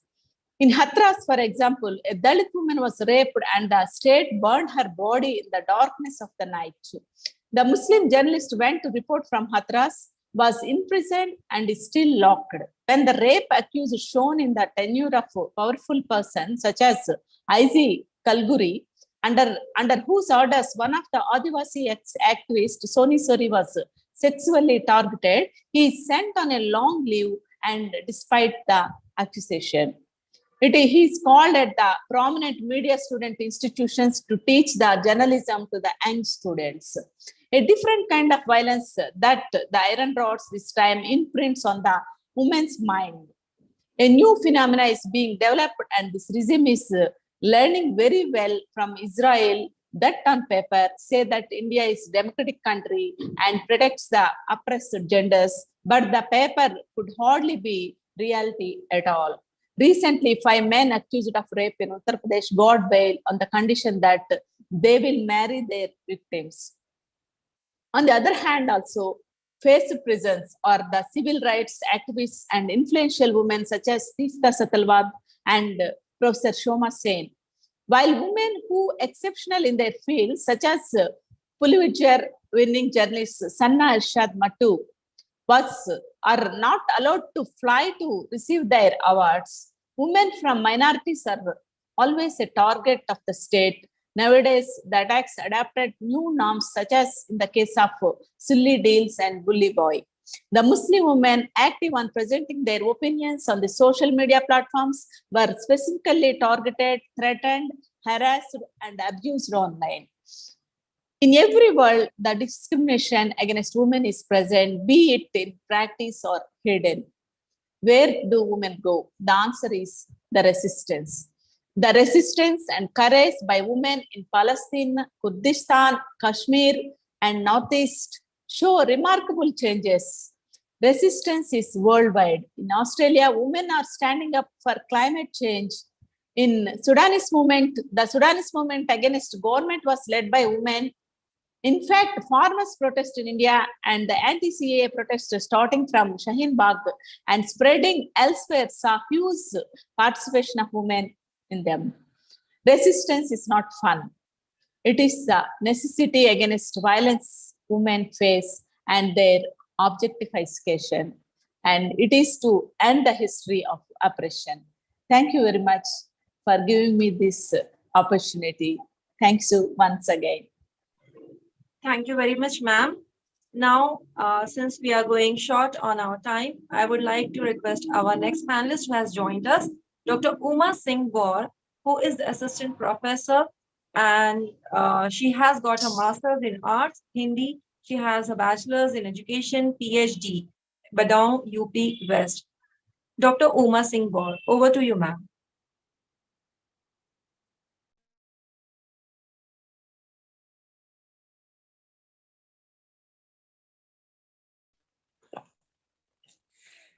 नमस्कार सभी को, मेरी आवाज आ रही है ma'am? जी आ रही है। ठीक है।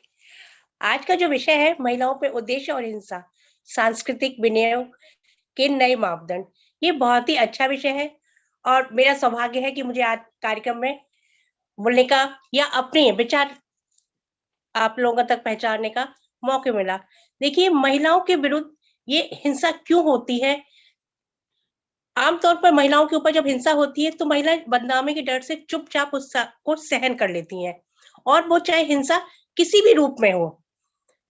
ये हिंसा अलग अलग तरह की होती है, चाहे महिलाएं इस हिंसा का शिकार अलग अलग स्थान पर होती हैं, जैसे घर, सार्वजनिक स्थान या दफ्तर में भी हो सकती है। महिलाओं के लिए हिंसा एक मुद्दा बन चुकी है। इसे हमें कैसे नकारा जाना चाहिए, यही आज का हमारा विषय है। बेटियों के साथ ये क्यों होता है और इसका क्या हम लोग निवारण कर सकते हैं, इसको कैसे रोक लगा सकते हैं।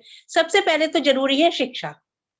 अगर हम बच्चों को, बेटियों को शिक्षा दें तो बेटियां कहीं ना कहीं इस हिंसा से उबर सकती हैं, क्योंकि ये जो है हिंसा, ये बचपन से ही शुरू हो जाती है।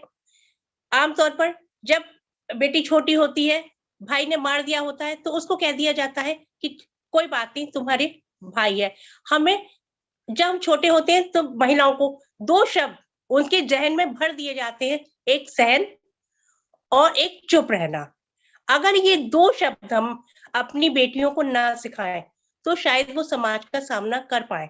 लेकिन बचपन से अगर वो कुछ भी कहती है, अगर उनके भाई ने कुछ कह दिया तो कोई बात नहीं, आपका भाई है। बड़े होने पे कुछ कहा, उसके पति ने मारा, उसके शौहर ने मारा, तो उनको वहीं चुप कर दिया जाता है कि आपको कोई बात नहीं, आपका पति है, शौहर। तो ये अत्याचार हम सहने की क्यों बात करते हैं? हम उनको ये क्यों नहीं कहते कि नहीं, आप भी उनके बराबर हैं, आपको अत्याचार नहीं करना चाहिए। माना हमारा जो देश है वो पुरुष प्रधान देश है, जिसके कारण महिलाओं को कई तरह से प्रताड़ित भी किया जाता है, उन पे अत्याचार भी किया जाता है, जैसे दहेज हत्या, यौन उत्पीड़न, महिलाओं से लूटपाट, नाबालिग लड़कियों को राह चलते छेड़ा जाता है। भारतीय दंड संहिता के अनुसार बलात्कार, अपहरण, बहला फुसलाकर भगा ले जाना, शारीरिक या मानसिक शोषण, दहेज के लिए मार डालना, पत्नी से मारपीट, उत्पीड़न, यौन उत्पीड़न आदि गंभीर अपराध हैं। हिंसा से तात्पर्य किसी को शारीरिक रूप से क्षति पहुंचाना नहीं होता। हिंसा तो मौखिक रूप से भी हो जाती है। जब हम किसी को अपशब्द कहते हैं तो वो भी उसके शरीर को एक चोट पहुंचाती है, उसके दिल और दिमाग को एक चोट पहुंचाती है, तो वो भी एक हिंसा है। बलात्कार, हत्या, अपराध, ऐसी आपराधिक जो घटनाएं हैं ये आए दिन घटित होती जाती हैं, और महिलाएं इस डर से नहीं बोल पाती हैं कि बदनामी होगी। इस डर से वो इस जो उनके ऊपर हिंसा होती है उसको सहन करती जाती हैं। तो ऐसा नहीं होना चाहिए। अगर हम लोगों उनको के अंदर शिक्षा की भावना उत्पन्न करें, उनको पढ़ाएं, तो शायद वो अपने आप में खड़ी होना सीखेंगी, सक्षम होना सीखेंगी। क्योंकि आर्थिक रूप से जब महिला मजबूत होती है तो शायद कोई भी उस पे उंगली नहीं उठा सकता, कोई भी उसको कुछ भी नहीं कह सकता है। भारत में इस बुराई को मिटाने के लिए महिलाओं के लिए साथ होने वाली हिंसा को व्यापक सूचना, शिक्षा प्रसार, IEC के जरिए विचार किया जा सकता है। इस प्रकार के अभियान मौजूदा कानूनी प्रावधानों जैसे घरेलू हिंसा से महिला संरक्षण अधिनियम 2005, कार्यस्थल पर महिलाओं का यौन उत्पीड़न निवारण, प्रतिषेध और प्रतिशोध अधिनियम 2013 और भारतीय दंड संहिता की धारा 354A, 354B, 354C और 354D का अनुपूरक हो सकते हैं। ये सभी कानून यौन प्रताड़ना और दर्शनार्थी तथा पीछा करने जैसे दुर्व्यवहार के अन्य स्तंभों से संबंधित होते हैं। ये कानून प्रभावी तो हो सकते हैं लेकिन ये तभी प्रभावी हो सकते हैं जब महिलाएं आगे आएंगी और दोषियों के खिलाफ आवाज उठाएंगी। तो महिलाओं के अंदर हमें क्या करना है? आत्मनिर्भरता बढ़नी पड़ेगी। आत्मनिर्भरता तब आती है जब वो आर्थिक रूप से संपन्न होंगी। आर्थिक रूप से वो अगर संपन्न होंगी तो घर में जो निर्णय लिए जाते हैं उसमें वो दखल अंदाजी कर सकती हैं। अदरवाइज उनको अगर 10 रुपए भी चाहिए तो अपने भाई से, पिता से या अपने पति से मांगती हैं। तो अगर वो आत्मनिर्भर होंगी तो उनके अंदर स्वाभिमान भी आराम से आएगा। जब मैंने तो अपना मानना है कि जब रखा जाता और नामकरण से उसको एक नाम दिया और उस नाम से अगर महिला अपनी एक पहचान बनाती है, उस नाम से को आगे बढ़ाती है, तो उसका कोई भी कुछ भी नहीं बिगाड़ सकता। हमें जैसे जब हम बचपन में पैदा होते हैं, बेटी पैदा होती है या बेटा पैदा होता है, बेटी पैदा होती है तो कहा जाता है फलानी की बेटी है, उसके बाद बड़ी हुई फलानी की बहन है, उससे बड़ी हुई तो फलानी की बहू है, और उससे बड़ी हुई तो फलानी की पत्नी है, उससे बड़ी हुई तो दादी है, उससे बड़ी हुई तो क्या है, वो हर स्टेप पे दूसरे के नाम से पहचानी जाती है, उसका अपना कुछ नहीं होता। तो मैं तो इसके माध्यम से, आज का जो ऑर्गेनाइजेशन है, इसके माध्यम से कहना चाहूंगी कि बेटी चाहे कोई धर्म, कोई संप्रदाय की हो, बेटी है और उसको शिक्षा दिलाना जरूरी है। हमारा मुख्य उद्देश्य, अगर शिक्षा बच्चों को अधिक से अधिक मिलेगी तो हमारी बेटियां बोलने में सक्षम होंगी। सिर्फ उनको हम 2 ही बातें सिखाएं कि बच्चों, बेटियां, आपको चुप नहीं रहना। अगर आपके साथ कोई भी ऐसी कोई भी घटना घटित होती है तो आपको अपनी आवाज ऊंची उठानी होगी, आपको अपनी मम्मी से। और सबसे बड़ा इसका योगदान होता है, सबसे बड़ा होता है कि अगर माँ बेटी की दोस्त बन जाए, माँ उसकी भावनाओं को समझे, उसकी दोस्त बन जाए, तो शायद ये घटना घटित होने से बचें और बेटियां आगे बढ़ के कुछ कर दिखाएं। लेकिन हम उनको अगर रोक लगा देंगे, उनके ऊपर लगाम लगा देंगे, तो चाहे कोई भी कानून बन जाए, कोई भी कुछ हो जाए, बेटियां आगे नहीं बढ़ सकती हैं। वो चुप हो जाती हैं, दम घुट जाता है उनका और शांत हो जाती हैं। मेरे आप लोगों से यही माध्यम है, यही कहना चाहूंगी कि बेटियों की आवाज को आगे बढ़ने दें। जागृति युद्ध द्वारा लड़कियों और लड़कियों में भी समानता के विषय पर आयोजित की गई एक प्रशिक्षण कार्यशाला के दौरान एक युवक ने कहा था, बहुत ही अच्छा, कि मैं महिलाओं को पीटता या प्रताड़ित करना नहीं चाहता, लेकिन मैं ऐसा नहीं कर सकता, क्योंकि यदि मैंने ऐसा कहा तो मेरा मजाक उड़ाया जाएगा। कितनी बड़ी बात है कि अगर वो महिलाओं को पीटता है तो उसका कोई कुछ नहीं कहता, और नहीं पीटता तो उसका मजाक बना जाता है। क्यों? ये क्वेश्चन मार्क जो लगा हुआ है, ये हम इस सोच को बदलना होगा, हम सबको आगे आना होगा। और पुरुषों, आज हमारी जो जनसंख्या है भारत की, वो आधी पुरुषों की है तो आधी महिलाओं की भी है। तब भी आए दिन अत्याचार क्यों होते हैं? इन अत्याचारों पर कैसे रोक लगाई जाए? हम क्या कर सकते हैं? हम एक शिक्षित महिला है, हम यही चाहेंगे कि बेटियों को आगे से आगे, अगर वो शिक्षित होंगी तो वो कहीं ना कहीं आर्थिक रूप से मजबूत होंगी, उनका स्वाभिमान बढ़ेगा और कुछ घटनाएं घटित होने से बचेंगी। नमस्कार, जय।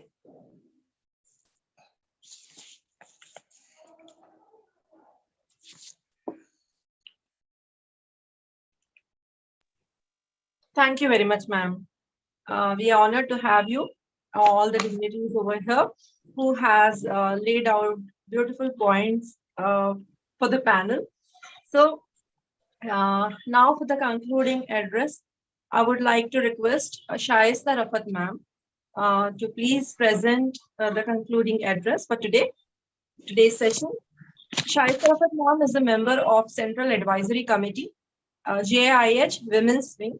She is also General Secretary of the Women's Education and Empowerment Trust, TWEET. Over to you, Shaista Rafat ma'am.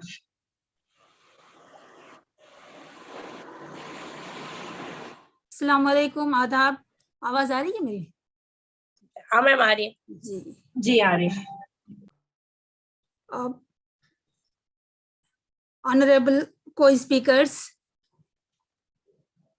Secretary ladies wing Jamaat Islami Hind और दीगर व्यूअर्स बहनों, आज एक अहम विषय पर हमारी बहनों ने अपने विचार हमारे सामने रखे हैं और ये विषय ऐसा है जो आज हम सब की तवज्जो चाहता है। हमारा समाज जिस रुख पर जा रहा है, ये रुख हम ये नहीं कह सकते कि कोई एक ऐसे सभ्य समाज की पहचान हो सकती है जहाँ पर औरत एक जंगल में अपने आप को अनसेफ माने या एक सोसाइटी में जहाँ भीड़ भाड़ वाला इलाका हो, जहाँ वहाँ भी उसकी कोई सिक्योरिटी न हो।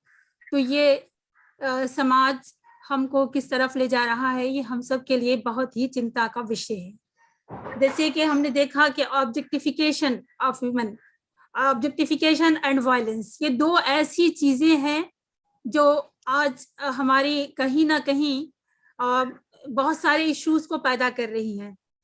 ऑब्जेक्टिफिकेशन ऑफ वुमेन के सिलसिले में बहुत सारी बातें हमारी बहनों ने हमारे सामने रखी, जिसमें फरजाना खान ने हमें बताया कि ये जो चीज है, दरअसल इसमें बेसिकली हमारी जो थिंकिंग है, जो हमारा नजरिया है जिंदगी का, कहीं ना कहीं वो बेसिक किरदार अदा करता है।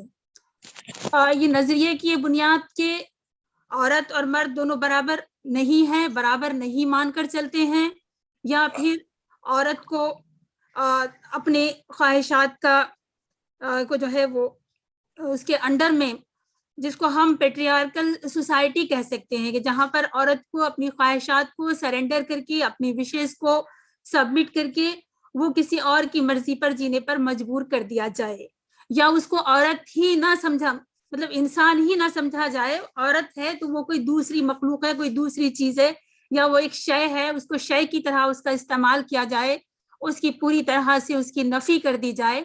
तो ये सिचुएशन आप सोचिए कि जिंदगी में किस तरह के मसाइल पैदा कर रही है। उन्होंने यहाँ पर कुछ बातें हमारे सामने रखी हैं कि किस तरह हम शुरू ही से अपने घरों में, अपनी फैमिली में तरबियत दे करके हम इस विषय को सही रुख दे सकते हैं और इस मसले से हम निजात पा सकते हैं। हमारी दूसरी जो पैनलिस्ट थी एडवोकेट डोलास मैडम, उन्होंने भी यही बात कही है कि पेट्रियार्की द बेसिक इशू, इस इशू को हमको किस तरह से हम डील करें कि हमारा जो सोसाइटी में हमारी फैमिली लाइफ है और पूरा सोसाइटी का पैटर्न है, उसमें औरत को वो सही मुकाम मिले और उसकी बात सुनी भी जाए, उसकी थिंकिंग को एक्सेप्ट किया जाए, एक्नॉलेज किया जाए, उसकी सलाहियतों को।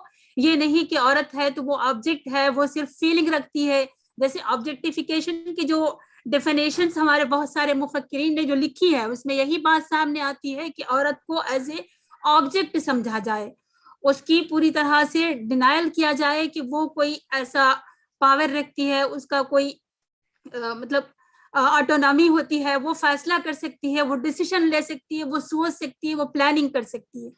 तो ये सारी चीजों को डिनायल करके औरत को एक ऑब्जेक्ट समझ लेना, ये आज के दौर का एक बहुत बड़ा समझिए कि एक गलत तर्ज फिक्र पर हमारा समाज जा रहा है, जहां पर उसको पूरी तरह उसके पोटेंशियल, उसकी सलाहियतें, उसके अंदर जो कैपेबिलिटीज हैं, उन सब को नकारते हुए ये समाज एक पेट्रियार्कल पैटर्न पर चला जा रहा है। तो ये इसको हमको समझने की जरूरत है। हमारी जो तीसरी पैनलिस्ट थी वो समर अली थी, उन्होंने भी उस चीज पर कि किस तरह ये सेक्सुअल ऑब्जेक्टिफिकेशन पर उन्होंने अपनी बातें रखी हैं कि हम किस तरह से इस चीज को प्रमोट कर रहे हैं और ये चीज हमको किस तरह नुकसान पहुंचा रही है। जयश्री मैडम ने भी अपनी बातें रखी हमारे सामने, फिर रमा सुंदरी साहिबा ने भी इस बात में अपना हिस्सा लिया और कहा कि हमको जब इंसानों की तारीख हम लिखेंगे तो औरत के साथ जुल्म और नाइंसाफी की तारीख भी लिखी जाएगी। तो हमको इसमें ये कोशिश ये करनी चाहिए कि हम इन हालात को दुरुस्त करें, उसको सुधारने की कोशिश करें। हमारी तमाम स्पीकर्स बहनों ने इस बात से इत्तेफाक किया कि हमारा जो सोशल कल्चर इस वक्त बना हुआ है, जहां पर उन्होंने नाम लेकर के बिल्किस बानो के मुजरिमों का जिक्र किया कि हमारा जो मिजाज इस वक्त मुल्क में बना हुआ है, जिसको हमने एक सोशल नॉर्म की तरह एक्सेप्ट कर लिया है, और कुछ आवाजें उठी हैं मुख्तलिफ कोनों से, लेकिन पूरे मुल्क में बड़े पैमाने पर खामोशी छाई रही और मुजरिमों का मतलब स्वागत हुआ, उनको हार पहनाए गए, मिठाइयाँ खिलाई गई। तो किसी समाज में जो अपने आप को एक कल्चर और सभ्य समाज कहलाता है, कि उस समाज में इस तरह की जो चीजें होती हैं वो हमारे लिए बड़ी अलार्मिंग सिचुएशन है कि जब हम मुजरिमों का स्वागत करते हैं, मुजरिमों को इस तरह से स्पेस देते हैं, और जो लोग विक्टिम्स हैं, विक्टिम्स के लिए जीना दुभर हो जाता है और मुजरिम उनको रात दिन धमकियां देते हैं। तो ये सिचुएशन हमको कहाँ खड़ा कर रही है, इसमें हमारे तमाम स्पीकर्स ने इस बात पर सवाल उठाए। तो बहनों, एक चीज बेसिकली ये चीज क्लियर है कि पेट्रियार्कल समाज ने जो मसाइल औरतों के लिए पैदा किए हैं, जहां पर उनको सही स्पेस नहीं दिया गया है, उनको एक ऑब्जेक्ट की तरह उनको यूज भी किया जाता है और उनके साथ व्यवहार भी किया जाता है। तो ये व्यवहार का जो तरीका है वो चेंज होना चाहिए।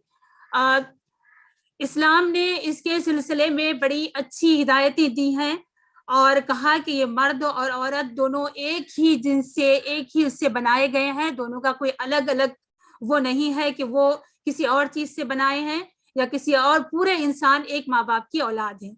तो ये जो इक्वालिटी का जो चैप्टर है इस्लाम का, उसको हमको तफसील के साथ पढ़ना चाहिए और ये समझना चाहिए कि मर्द और औरत दोनों एक दूसरे के हमजिन्स हैं, एक दूसरे का हिस्सा है। वो दोनों को अलग अलग कर कर इंसानी समाज की जिंदगी नहीं गुजारी जा सकती है, या फिर एक का इनकार करके, एक को स्पेस न देकर, एक को पूरी तरह सप्रेस करके और जिंदगी को सही तरीके पर नहीं चलाया जा सकता है। पेट्रियार्कल समाज में होता यही है कि औरत हमेशा से सप्रेस होती रही, उसका डिसीजन मेकिंग का जो राइट है या उसका थिंकिंग आइडियाज हैं उसके, उसको हमेशा नेग्लेक्ट किया जाता रहा। जाहिर बात है कि जब एक लंबी हिस्ट्री है और औरत को ये स्पेस नहीं मिला है, उसकी सलाहियतों का, उसके पोटेंशियल का इस्तेमाल नहीं किया गया है, तो अब पानी दूसरे रुख पर बहकर निकल गया, जिसको हम नाम देते हैं, जिन्होंने ऑब्जेक्टिफिकेशन और वायलेंस का जो रिलेशन है वो एक बहुत गहरा रिलेशन है कि जब ऑब्जेक्टिफिकेशन वायलेंस का रास्ता हमवार करता है। ये ट्रेडिशनल समाज, ये आप हिंदुस्तानी समाज ले लीजिए या कहीं और भी समाज ले ले, वो समाज जो सही मजहब के जो नॉर्म्स हैं, जो उसूल हैं, उसको किनारे करके, अपने पैदा करने वाले ईश्वर के अहकामात को किनारे करके अपनी मनमानी के मुताबिक वो समाज को चलाता है, तो फिर बहुत सारी गड़बड़ उसमें हो जाती है। जब ये चीज हमारे सामने आती है कि जो ट्रेडिशंस हैं, ये ट्रेडिशंस होते चले आ रहे हैं हमारे यहाँ समाज में, हिंदुस्तानी समाज में या फिर बाहर का भी समाज ले, डोमेस्टिक वायलेंस के लिए आज कोई बाउंड्रीज लिमिटेशंस नहीं है, पूरे मुल्क का ये इशू है। यूएनओ के सेक्रेटरी ने भी इस पे बड़ी चिंता जताई और कहा कि ये डोमेस्टिक वायलेंस का इशू ऐसा है कि इस पे हम सबको कंसर्न हमारा होना चाहिए और इसको खत्म करना चाहिए। तो कहने का मतलब ये है कि डोमेस्टिक वायलेंस होता क्यों है। हमारे तजुर्बात होते हैं जिंदगी में बहुत सारे। 2 केसेस मेरे सामने आए। इन 2 केसेस में एक में जब लड़के की माँ को बुलाया गया कि तुम्हारा बेटा अपनी वाइफ पर डोमेस्टिक वायलेंस करता है, इसको आपकी जिम्मेदारी है कि आपको रोकना है। आप बड़े हैरान होंगे, उनका जवाब ये था कि आपको मालूम नहीं है हमारी फैमिली हिस्ट्री, कि हमारे हस्बैंड यानी उस लड़के के बाप हमेशा मुझे पीटते रहे। यानी मतलब ये कि हमारा जो थिंकिंग एटीट्यूड है कि मुझ पर जुल्म होता रहा है तो अगली पीढ़ी पर भी जुल्म होना, ये हमारे ट्रेडिशन है, इसका मजहब से कोई ताल्लुक नहीं है। कोई मजहब भी किसी पर जुल्म करने, अत्याचार करने, डोमेस्टिक वायलेंस का कोई भी तालीम नहीं देता, ये सब उसको नकारते हैं। दूसरा केस, एक लेडी बहुत परेशान है डोमेस्टिक वायलेंस से, रात दिन उसका हस्बैंड पीटता है, कोई उसकी हेल्प करने वाला नहीं है, वो अपने मोहल्ले में अपने पड़ोसियों से हेल्प चाहती है। आप बताइए कि वो पड़ोसी और जिनके पास वो हेल्प के लिए जाती है, वो उसको एजुकेशन देते हैं कि तुम सब्र करो, तुम पेशेंस से काम लो, तुम जन्नती औरत हो, तुमको अल्लाह के पास बड़ा मुकाम मिलेगा, ईश्वर के पास जो है तुम्हारा बहुत अच्छा तुम पतिव्रता मानी जाओगी। तो ये जो ट्रेडिशनल हमारा सिस्टम है, इसके खिलाफ हम औरतों को आवाज उठाना चाहिए। हमको ये समझना चाहिए कि जुल्म जुल्म है और जुल्म के लिए कहीं कोई सवाब नहीं मिलता, कहीं कोई जो है वो पुण्य का काम किसी मजहब में भी नहीं हो सकता। जुल्म के खिलाफ ना कहकर औरत को सहन और बर्दाश्त करने के लिए हमारी बहन ने, अभी हमारी एक स्पीकर ने उसकी तरफ तवज्जो दिलाई कि हम वो तालीम देना छोड़े। और बात ये सही है कि जब हम कोई ऑपरेसर को ये कहते हैं, कुछ नहीं कहते हैं, उसके लिए हम खामोशी इख्तियार करते हैं और जो विक्टिम है उसको हम कहते हैं सब्र करो, तो हम दरअसल उस ऑपरेशन करने वाले के, जुल्म करने वाले के हाथ हम मजबूत कर रहे होते हैं। ये कोई सब्र या फिर पेशेंस की तालीमात नहीं है कि आप जुल्म को बर्दाश्त करने का किसी को मतलब वो दें, मशवरा दें, उसको सजेशन दें, उसको रास्ता बताएं कि तुम्हारी परेशानी का जो हल है वो यही है कि तुम आवाज ना उठाओ। तो ये एक गलत तरीका हमारे समाज में राइज है, जो ट्रेडिशनल है, इस्लाम का उससे कोई ताल्लुक नहीं। और मैं जहां तक दूसरे मज़ाहिब के बारे में भी जानती हूँ, उसमें भी डोमेस्टिक वायलेंस के लिए कोई भी वो नहीं देता कि इस तरह से किसी जालिम के लिए हम मदद करने वाले बने।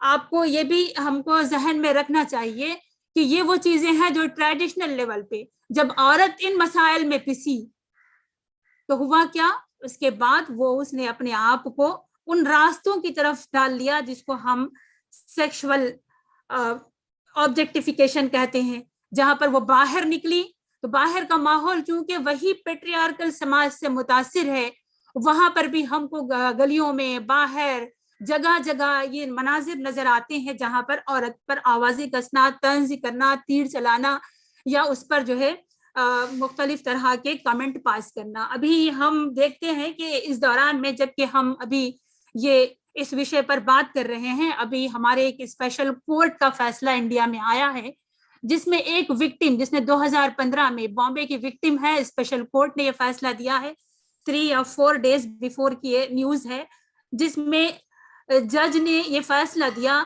कि चूंकि ये उसने गर्ल को आइटम कहा तो ये ऑब्जेक्टिफिकेशन है विमेन का, इसके लिए उसको इंडियन पेनल कोड के तहत 356 के तहत जो है उसको हम सजा सुनाते हैं, 1.5 ईयर की उसको इम्प्रिजनमेंट हुई।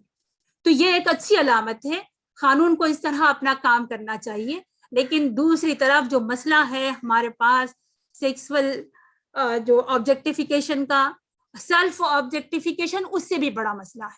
ये सेल्फ ऑब्जेक्टिफिकेशन में हमारी बहनों ने उसकी तरफ भी इशारा किया कि मार्केट फोर्सेस हैं, बहुत सारी जो इंडस्ट्रीज हैं, फिल्म्स हैं, पोर्नोग्राफी है, ये इस तरह की ये चीजें जो औरत को इस तरह डिपिक्ट कर रही हैं जैसे वो एक ऑब्जेक्ट है। इस सिलसिले में एक बहुत ही दिलचस्प स्टडी आई। स्टडी जो है एक तरफ हमको हमारे जो क्रिएटर का मैसेज है उसके लिए भी वो हमको देती है कि देखो जो मैसेज हमारे क्रिएटर ने दिया है कि औरत जब बाहर निकले, यानी इस्लाम में अहकामात मौजूद हैं, आपको इस तरफ पढ़ना चाहिए। साइंस आज उसकी जो है तस्दीक कर रही, सर्टिफाई कर रही है।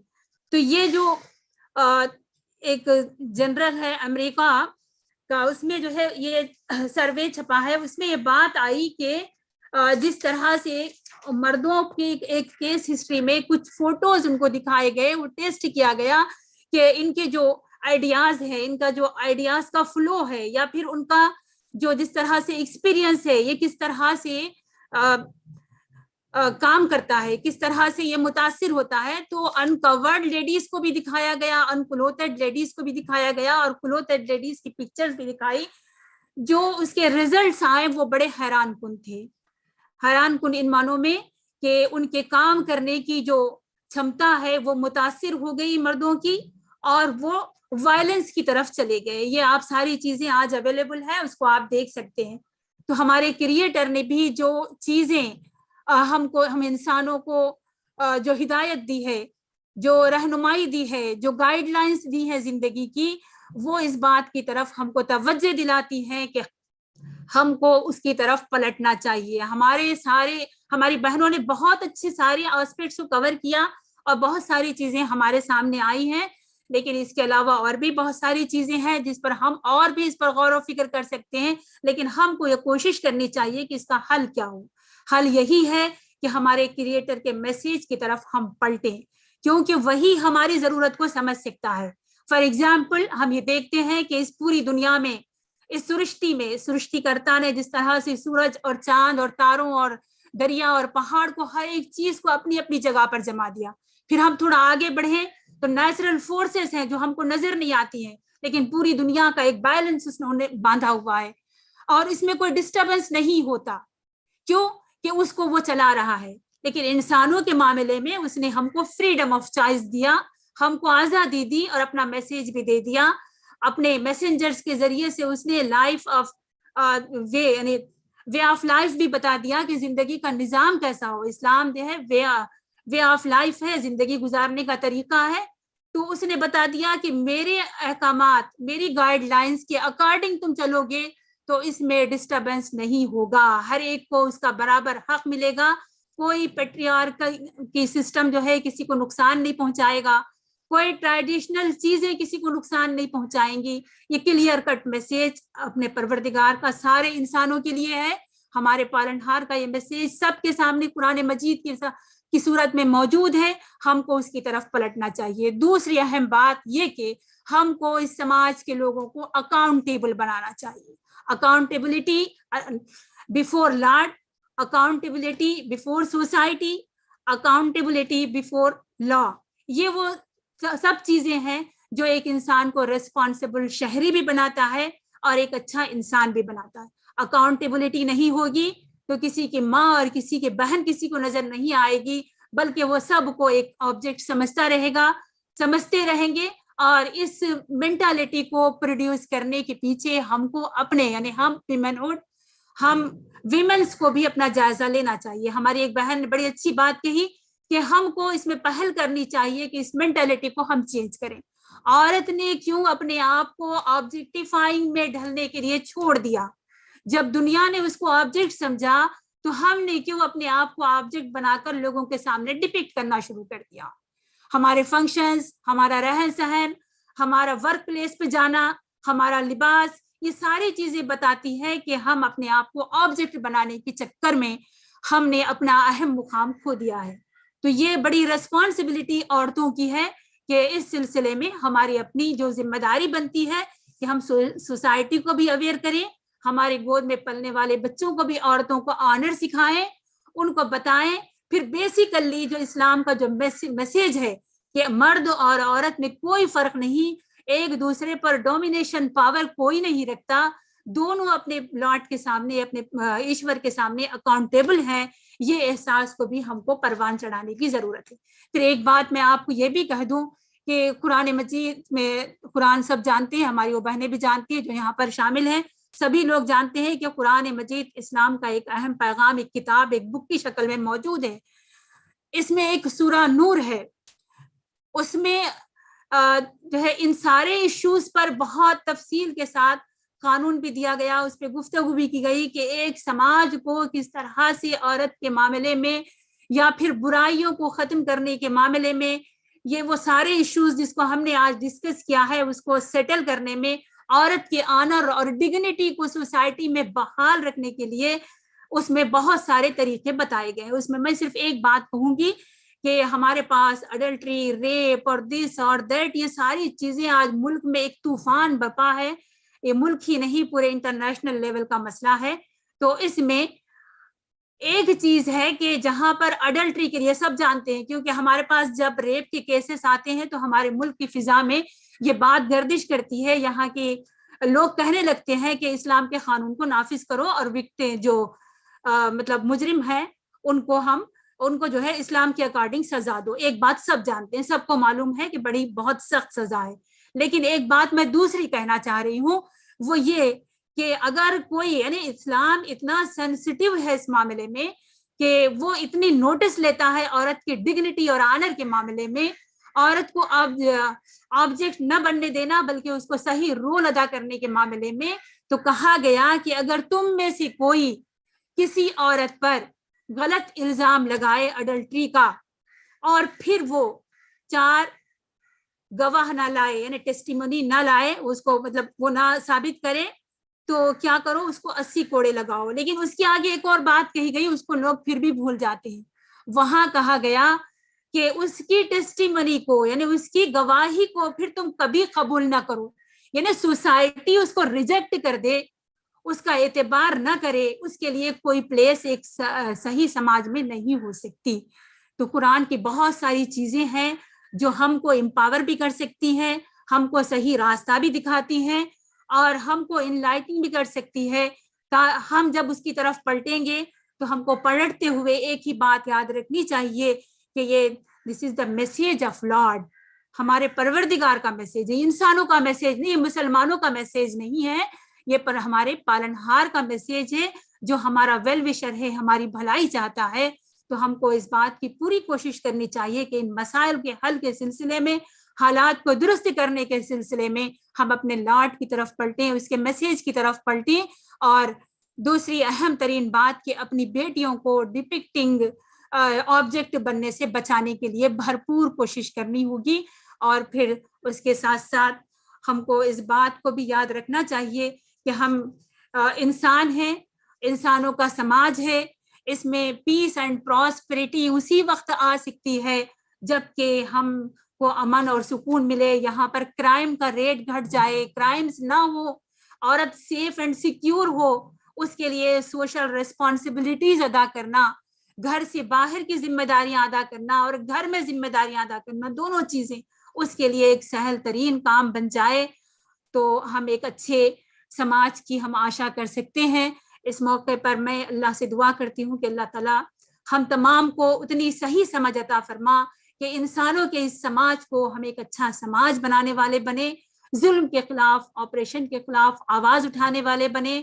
किसी भी ऐसे टॉपिक पर जो हमारे समाज को मुतासिर कर रहा है, इफेक्ट कर रहा है, उस पर हम सही तरीके पर सोच समझ करके अपनी एक राय दें, मुल्क में अवेयरनेस लाएं, इसको हम इस पर डिस्कोर्स खड़ा करने वाले बने और सही रास्ता दिखाने वाले बने। वाखिर दावाना अनिल हम्दुलिल्लाहि रब्बिल आलमीन। Jazakallah khairan kasira. Thank you very much, ma'am, for concluding beautifully and merging the whole panel into a single session. Thank you very much. As beautifully you have laid out that accountability and social responsibility, along with accepting that we are creatures of one creator. When we accept as night and day are created, they complement each other. So are men and women are created. So we need to complement each other rather than fight and create differences. So merciful God has honored indeed women by giving them value in relation to God and not by in relation to man. We are honored, we are protected and answerable, accountable to our creator alone. So thank you very much again. Now for concluding the session, I would like to invite Arifa Parveen Sahiba for vote of thanks. She is a member of Central Advisory Committee, JIH, and Secretary Women's Wing JIH, Women's Wing Gujarat. Arifa Parveen Sahiba.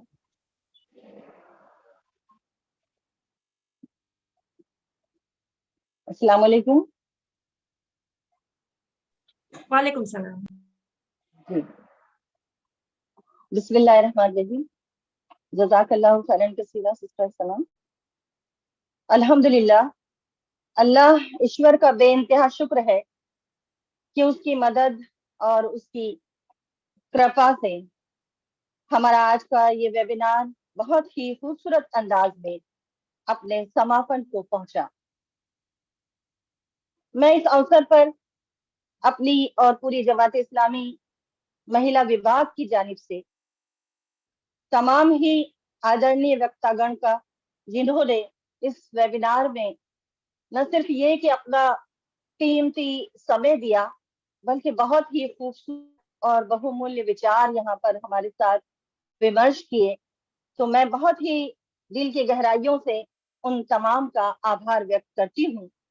मैं आभारी हूँ doctor Umar Singh गौर जी की, साथ ही मैं आभार व्यक्त करती हूँ डॉक्टर फरजाना खान जी का, एडवोकेट वैशाली डोलास जी का, सिस्टर समर अली का, जयश्री शिरके जी का, रामा सिंह सुंदरी जी और साथ ही साथ बहन शाइस्ता रफत साहिबा का मैं बहुत बहुत शुक्रिया अदा करती हूँ। हमें खुशी है कि आज हमारे इस वेबिनार में हमारी बहुत ही विद्वान वक्तागण बहनों ने बहुत ही बहुमूल्य और कीमती विचारों से न सिर्फ ये कि हमें फायदा पहुंचाया है, बल्कि पूरे समाज को इंशाअल्लाह इससे फायदा पहुंचेगा। इसी के साथ मैं आभारी हूँ जमात इस्लामी हिंद विमेंस विंग की सेक्रेटरी मोहतरमा रहमतुन्निसा साहिबा का, जिन्होंने बहुत ही बेहतरीन अंदाज में हमारी रहनुमाई फरमाई, और साथ ही साथ मैं शुक्रिया अदा करती हूँ इस प्रोग्राम की कन्वीनर मोहम्मद शरफ फिरदौस का भी, कि जिन्होंने बहुत ही अच्छे अंदाज में इस प्रोग्राम का संयोजन किया है। साथ ही साथ मैं अपनी प्यारी सी बहन सना जो एंकर हैं और बहुत ही खूबसूरती के साथ इस पूरे वेबिनार को उन्होंने चलाया है, उनका भी शुक्रिया अदा करती हूँ, और उन तमाम व्यूअर्स का भी शुक्रिया अदा करती हूँ जिन्होंने अपना कीमती समय यहाँ पर निकाल कर इस वेबिनार के आखिर तक यहाँ पर हमारे साथ जुड़े रहे हैं। उम्मीद है कि हमारा ये जो मंच, सद्भावना जो मंच है, जो सुंदर सा खूबसूरत सा मंच है, ये हमारे समाज और हमारे सोसाइटी में पॉजिटिव चेंजेस लाने का कारण बनेगा, और हम जो है एक अच्छा चेंज लाने में यहाँ पर कामयाब हो सकेंगे, और एक ऐसे समाज की स्थापना करने में हम सफल हो पाएंगे जहाँ हर एक को, चाहे वो पुरुष हो वो या महिला, उसे उसका हकीकी और उसका नेचुरल जो मकाम है वो उसको हासिल होगा। ऐसा समाज जहाँ पीस होगा, अमन होगा, खुशी होगी और हर तरफ जो है खुशहाली ही खुशहाली होगी। हम ऐसी जो है मनोकामना करते हैं और अल्लाह रब्बुल आलमीन से दुआ करते हैं कि अल्लाह हमारी इन मनोकामनाओं को, हमारी इन दुआओं को जो है शर्फ कबूलियत अता फरमाए और हमें अपने मकसद में कामयाबी अता फरमाए। इसी के साथ साथ मैं फिर दोबारा आप तमाम का और बहुत बहुत आभार व्यक्त करते हुए धन्यवाद कहती हूँ। बहुत बहुत धन्यवाद बहनों, बहुत ही खूबसूरत मंजर था। अल्लाह बार बार हमें ऐसे प्रोग्रामों में शरीक होने का मौका अता फरमाए। आमीन।